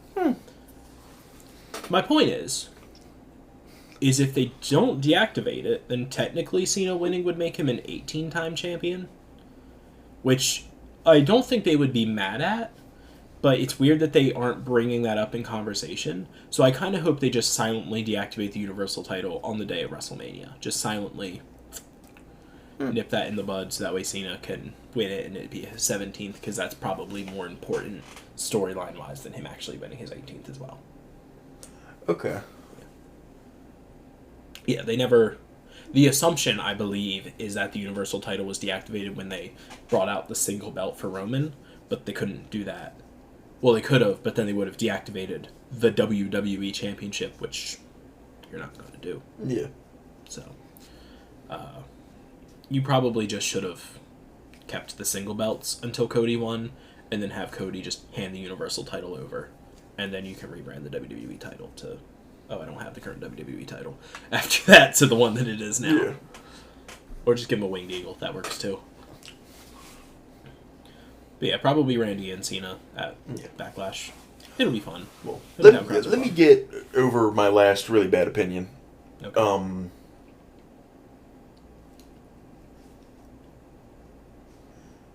U.S. title, currently held by LA Knight. Yeah.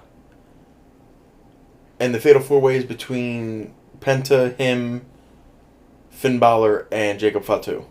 Right? No. Possibly? No? Yeah, the Fatal 4-Way is the IC title. That's the confirmed one, though, right? Yeah. Penta, Balor, Mysterio, and Breaker. Okay. Nothing to do with the... Then what is going on with the U.S. title again? So, Braun Strowman wants it. Jacob Fatu wants There's it. a bunch of people that want it, though. Yeah. I think that'll be a ladder match. A ladder match, okay. But they also they might do the tag titles in a ladder match, because I don't know how they're going to do the tag titles. Who do you want to, if they were to do, with those people specifically, who would you want to win that match? Jacob. Why? So I'd be okay with LA Knight holding on to it. He's a big star, and he still gets the big reactions, and the title being attached to him is nice. I just think there's a lot to do in a Jacob Fatu title reign. Like what? He has bangers every week. Wrestling, though. Yeah. I like his character, too. I like his promo skills, and I like him wanting the title. What are his promo skills? What's Cody's promo skills? And I have the same problem with him, too. What's Cena's promo skills? What's anyone's promo skills? I don't know. I just don't think... I don't like Jacob on the mic. What? I don't get it. I really don't understand. I like his intensity. I like his cadence. He comes across like he's about to go to the ring to kill someone, and I appreciate that in a superstar. All right. So he just seems like nothing to me. Yeah. But he gets in the ring and then he's one of the coolest people on the planet. And then I don't know. I don't know. You're the one who says that you don't need a build and that you like the. I the don't. wrestling. But to watch a match and just enjoy a match, yes, I don't need a build. If you're gonna make somebody a champion, you need something there. It's the reason why Gunther sucks. I don't know. His IC title reign is one of the best of all time. Who? Gunther's. His IC title reign is one of the best of all time. What are you talking about? Didn't we just say like 2 weeks ago it sucked? His world title reign. Oh, okay. Yeah. His IC title reign that was based around him just getting in the ring and wrestling every 2 weeks. Yeah. Is one of the greatest. But I don't think Gunther's good on the mic either. He's okay. He's not great. I don't know, man. I don't get the Jacob Fatu stuff when he's not wrestling. When he's wrestling, I wish he could do interpretive wrestling on the mic instead of actually speak. But I think his mic work is fine. I don't know why you Is don't like it. I guess I just find him really corny. His intensity doesn't come off as intensity to me; it comes off as corny. Which the thing is because I don't fully buy into the kayfabe, and he is just corny to me, not intense. I've never. But then I can buy into like the Undertaker, but the Undertaker doesn't say much. The Undertaker's extremely corny. I know, but I like that. But it works for me. I don't know, man. Yeah. I'm just hating. I would do Jacob. I wouldn't be upset if they just had Knight retain. That's fine. I don't think I would care for... You want to hear my really bad opinion? Sure. I still think I like Solo more than I like Jacob. Ew. Which Wrong. I know is wrong. You're entitled to your wrong opinion. Yeah, I know I'm wrong, but it... If they put Phoenix in whatever it is and have him win it, that could be fun. But, like, I would have Jacob win it or Knight retain. And maybe Jacob will win me over. Just like they all do. They all always win me over. Except for Dominic Mysterio. Well, no, I think he did his job. I fucking hate his ass. I hate him. That's how I feel about Liv. Like, she does her job good because I absolutely fucking hate her. And I wonder if we'll see anything out of the women's U.S. title at Mania. I would... Rude. Chelsea Green is fantastic. Rude. I like her. I think that's my main thing, is I would like Chelsea Green to be involved with something, not necessarily the women's U.S. title, but... Yeah. Move on up. Zelina's been going after her, so maybe they do that one-on-one at Mania. Like, I want that, but Yeah. come on. That'll- Triple H that- isn't going to do that. That'll be a SmackDown before Mania Yeah. nonsense. And... Yeah. Is it bad I kind of want Chelsea to drop it? To Zelina? No, absolutely not. That's what I want. Okay. I kind of just want Chelsea to then go after Tiffy after Mania. Yeah, like, I love everything that Chelsea's done for the title. It was exactly what needed to be done, and now it's time Yeah. for... I would have preferred her to defend against someone other than Mitchin 5 times. We're not going to talk about that. I'm talking about the way she represents Yeah. herself with the title. Yeah. No one gives a fuck about Mitchin. Yeah, I think this is going to be a lot like WrestleMania 31. This build is uninspired, and I'm not really interested. But the Mania is probably going to bang. Yeah. Like, Mania 31 is one of the worst built shows of all time. Yeah, it is one of my personal favorite WrestleManias. I have a challenge for you. Okay, I'm ready. Is it like trivia based? No, it's a personal challenge for you. Tell me what the challenge is, and I'll tell you why I'm not going to do it. I really want you to. For me. I want you to do it for my sake. Because I'm going to be really excited about it this episode and next episode.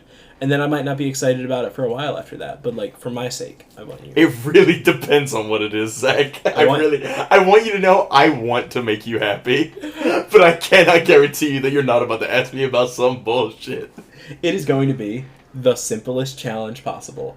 And he's not going to do it. What? What is it? He's going to just disagree. No, because now you're trying to talk to somebody else to make me upset and then make me want to do it more. You cannot work me, Zach Mysterio.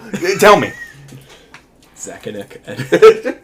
For this episode, and for next episode, I want you to not insult AEW. I haven't insulted AEW today.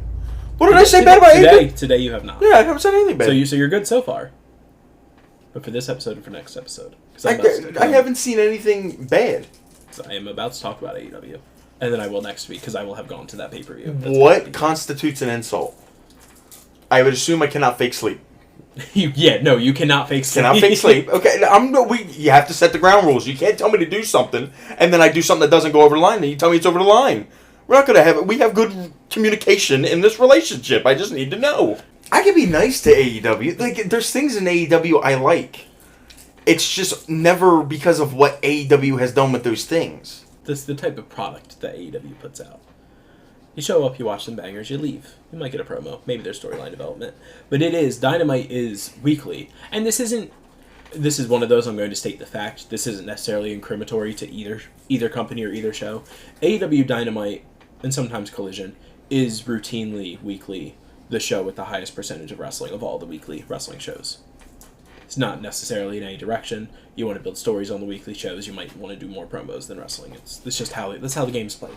Yeah. I really want to talk about it just because I am. Go ahead. I'm here to listen, and I'm here to be positive. I'm watching weekly because I'm going to that pay-per-view to Dynasty on the 6th. I want to know what's going on, and I'm excited. That's what the Who's House is, because that's Swerve Strickland's thing. Okay. And I'm excited to hopefully see him win the AEW Championship on Sunday. Hopefully. God, I hope so. He better. I cannot take much more of this Moxley reign. It's getting... What's wrong with John Moxley? I don't like this story. This story that he's doing is AEW needs to step up. Like the younger crowd of AEW needs to step up, and they need to come take this title from me to save this company. And because of that, he's put the title in a briefcase, so we haven't seen the actual championship. He is then defended against Edge, which is not what this title reign is supposed to be about. And then he's done nonsense like pouring cleaner down Orange Cassidy's throat. This is the stuff that I was really critical about a few weeks ago. And his feud against Swerve has been good, because Swerve is really good. Yeah. And I want him to just win the title. I want Swerve to just win the title. And just he can be champion. He can be champion. And then Hangman Page wins the Owen, and we have them at All In again, because I really like Hangman Adam Page. I really like Swerve Strickland. Their feud is my favorite. And I accidentally bought a Hangman Adam Page shirt when I meant to buy a Swerve Strickland shirt the other day. Okay. Other matches I'm excited for. They're doing Kenny Omega versus Ricochet versus Speedball Mike Bailey. I did see that. This match just has me excited on a cellular level, and it is the only match that I think was announced when I bought my ticket, because was the only match I needed to be announced. Yeah. Can't even make it anything. I'd go watch it. And then Ricochet, and then Mike Bailey. You don't know Mike Bailey. I don't. But he's not. He's never been in WWE. But he was a TNA guy, so you know. Yeah. My heart. They just signed Kevin Knight, who I am also a big Kevin Knight fan. He was invited to WWE tryouts, and then AEW just made him a giant offer, so he took it. People were coming at this of like, Kevin Knight's like a indie wrestler, he had training at New Japan, why would you make him do a tryout? WWE does make just about everyone do a tryout, and I don't think that's a problem, because I think that also can show like how they would work with the company and stuff like that. But they were only going to offer Kevin Knight an NXT developmental deal, and AEW offered him a like show up on TV this Saturday and be featured on weekly network TV. And it was probably more money, so it makes sense to take that deal. That just makes sense for him to take it. Very excited about him. I like Kevin Knight as well. The Owen Hart tournament is coming up. They're announcing the brackets on Wednesday. We know some of the stars in it. Very star-studded. The winners of each Owen, the men's and the women's, get the title shots at All In, which is the biggest show of the year for AEW. It's at the Texas Rangers baseball stadium, so it can sit like 50,000 people. The past 2 weeks, I've been watching Dynamite and Collision, and I have been enjoying it more than Raw and SmackDown, because I think Raw and SmackDown are starting to drag for me. Facts. And the matches have been good, and the segments have been good, and there hasn't been anything terrible yet. And there might be something small terrible here and there. That happens on Raw and SmackDown too. None of the shows are perfect. We got Megan Bayne versus Toni Storm coming up at Dynasty as well, which I'm excited for. They have Adam Cole versus Daniel Garcia, which is probably going to be really good. There's at least one other match announced. Probably getting Big Bill and his partner versus the Hurt Syndicate. That match might be good. It might be. I don't know. I don't care for Bobby Lashley in AEW. You called AEW they're only WWE rejects. You said you know that they're not, but that's all that you think of them as. And while I disagree with you, there are some people in AEW that make me go. Bobby Lashley is one of those people. And I hate feeling that way, because Bobby Lashley did do a lot of really good stuff, and some of it wasn't in WWE, but like. I like Bobby a lot, man. I think Bobby's very talented. I feel that way about Adam Copeland too, where I'm just like, I like him, but like I don't know if I want him here. He's teaming with FTR to face. That's such a bad decision. On AEW's part or on Adam Copeland's part? I hate to criticize a man making a decision for him, but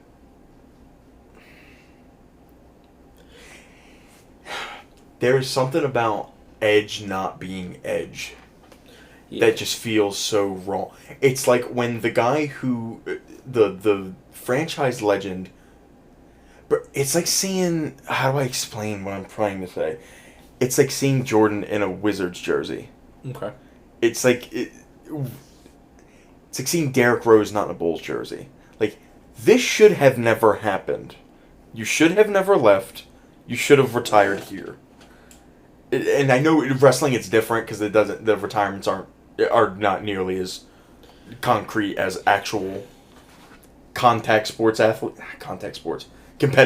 athletes. But it's just like, there's something about Edge and AEW that I'm like, you should not be here. It was fun. And now it feels sad. And That's what I'm saying. Like, it always gets to a point. like he's teaming with FTR to face the Death Riders on Sunday. And that's fine. It'll be good to see him because I don't think I've ever actually seen Edge compete live, so it'll be cool to have that down as a feather in my cap to be like, oh yes, we did this. Well, you didn't see Edge. You saw Cope. Cope. Fucking Cope. And like, Was that an insult? Did I insult AEW? no, that's fine. That's his name. His name is Cope. That's his name. He's the one. He's the one currently. That's just on that roster that I was like, I don't know, man. And like, people are gonna. It's not Edge, but it's Edge, so he's gonna get the pop and he's gonna get the merch sell, and that's fine. He currently can't take a pin because he has a back injury where he can't lay down on his back for long enough. Serious? And like, I know why you came here. Hang it up, bro. Exactly. Like, I understand why you bro. came here. I respect your reasoning. There comes a time in every man's Hang career. that shit the fuck up, bro. Leave the game before the game leaves you. The game has left. It's time. I'm gonna say something nice about AEW. Okay.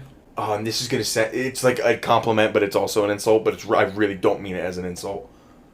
It's just because I will never buy into AEW 100% as an actual promotion that I will be invested in. Not that it can't be a It's the same way I feel about TNA and New Japan. It'll never be something I watch week to week or buy PLE for. But I can acknowledge that there's things there that is good. AEW, with what they have done with Jon Moxley, makes me want him back in WWE. Okay. I see why you say that it could sound like an insult, but I see what you mean of how it's actually a compliment. Yeah, like they have done good enough work with certain people that I want them back. Yeah. With the exception of the current Death Rider stuff, it's some of my favorite work that I've seen. His initial AEW title reign, his stuff with Punk, even though it went sideways, his stuff with the international title, like, even though that was short because he had a concussion, but... Yeah, they've made me like... What is his name in WWE again? Why am I blanking? Mox? Yeah. Dean Ambrose. Yeah. Yeah.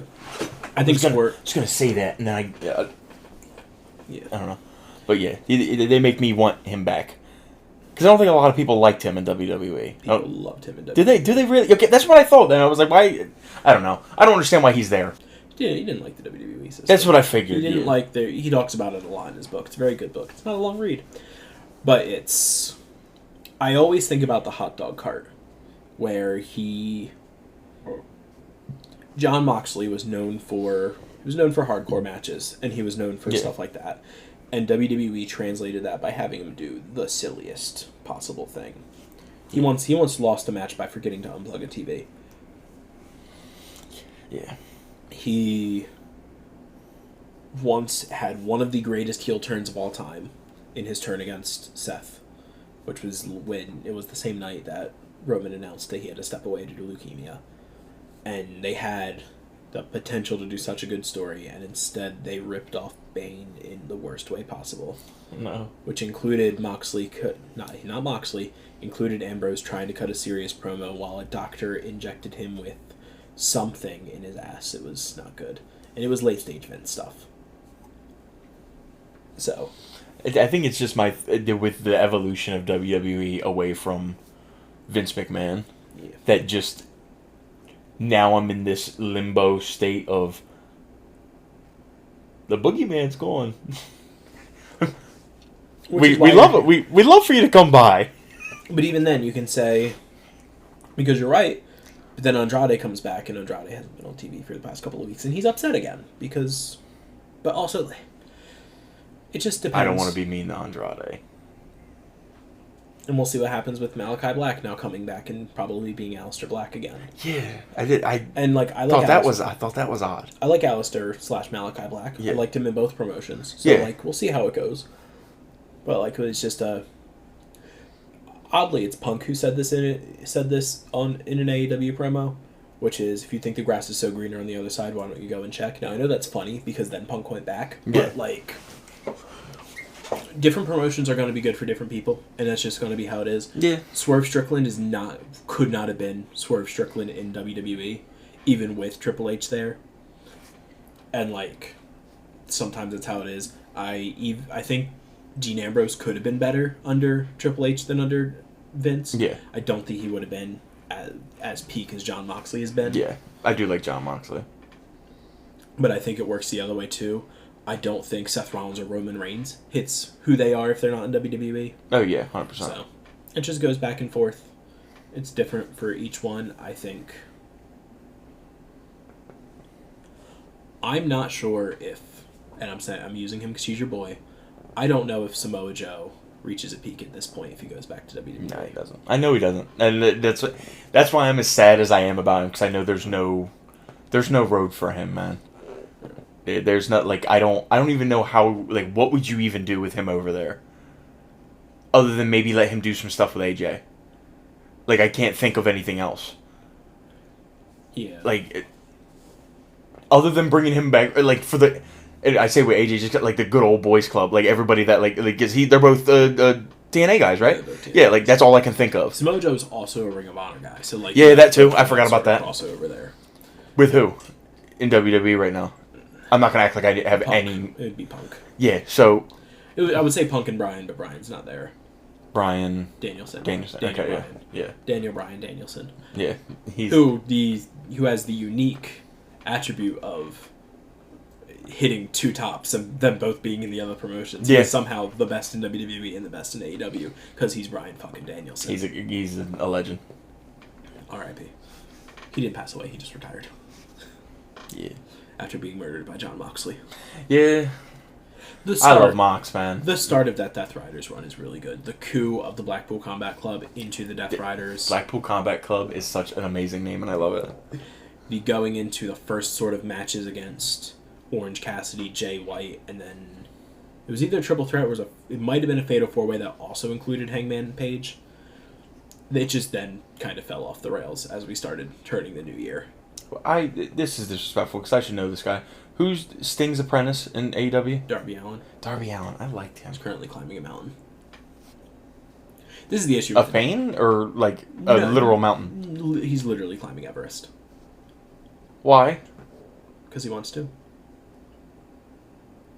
Now you see, this is where I would want to pan somebody for not going to work and doing their job, especially in a promotion that's not nearly as well off as the other one. But if I would say that, I would be a hypocrite. Because Mark Henry went off to be the world's strongest man and not be in the WWE for as long as he did that. So I can't say anything. I don't mind Darby Allin going to go do stuff like that. What's funny is the Death Rider story arc, and it's why he just needs to put the belt on Swerve.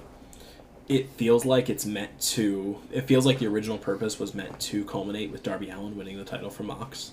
Huh. And it feels like Tony Khan does not know how long it takes to climb Mount Everest. I have no idea how long it takes to climb Mount Everest. It can take a year plus. Why? It's just... Just go up. 1 foot in front of the other, and soon you'll be walking out the door. What are we doing? What if Big AJ makes it to WWE? What do we do then? Ew, is that the Costco dude? Yeah. It won't happen, but... It's not what I asked. He pins Roman clean. I'm sorry? Okay, so obviously we don't do that, but you know what I do want? I want to do another gimmick battle royal. But do it Royal Rumble style. Give me Big Boom AJ, give me R-Truth, give me Santino Marella. I want all the comedy gimmicks. Bring Hornswoggle back. Okay, continue. Give me Spike Dudley. Okay. Give me... We're getting very... How many people could be in a battle royal? As many as we want, right? Yeah, you can Is do this whatever. when we also bring in Fandango? Or Is this like a different I type of comedy? specifically want comedy crackheads. Okay, well, you're missing, like... There's many. There's, like, one that I'm like, yeah, that's basically that guy, and you haven't said him yet. I don't know. He's, like, very... Like, unless I'm on crack, this guy is, like, other than Santino and R-Truth, this is probably the third guy I think of. Okay. I don't know. Hurricane. Sure, you could bring in Hurricane. I was gonna say, that's the this is fucking nonsense, man.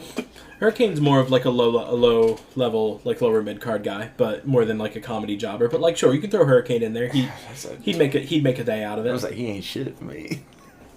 Who wins? I know who should win, but he won't.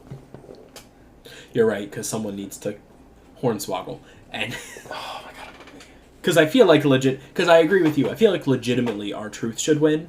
Because that's what makes sense out of everything. My thought would be, would it be a ladder match or something? They both go up. It'd be a battle royal. Okay, Top rope. bro, it would just be somehow Morella and R-Truth would knock yourself. It would be the big two, and then knock each other out. Yeah, it's like, but because of this match, the person who would make sense to win can't win. It has to be comedy, so it's got to be Hornswoggle because he can't get over the top rope, so he can't be eliminated. The winner's actually just Johnny Knoxville. There you go. Welcome back from your trip through time and past recordings, getting everyone caught up on this very wrestling-centric episodes, which is my favorite type of episodes, if you didn't already know. This will probably be the last time I do something like this, where I just invite you into the studio and play a bunch of past things. Except that would be a really good idea for a highlights episode. I should write that down. Maybe we'll be doing this again soon. But we'll see you guys in the next one, where it's a proper episode in the ways that you would expect it.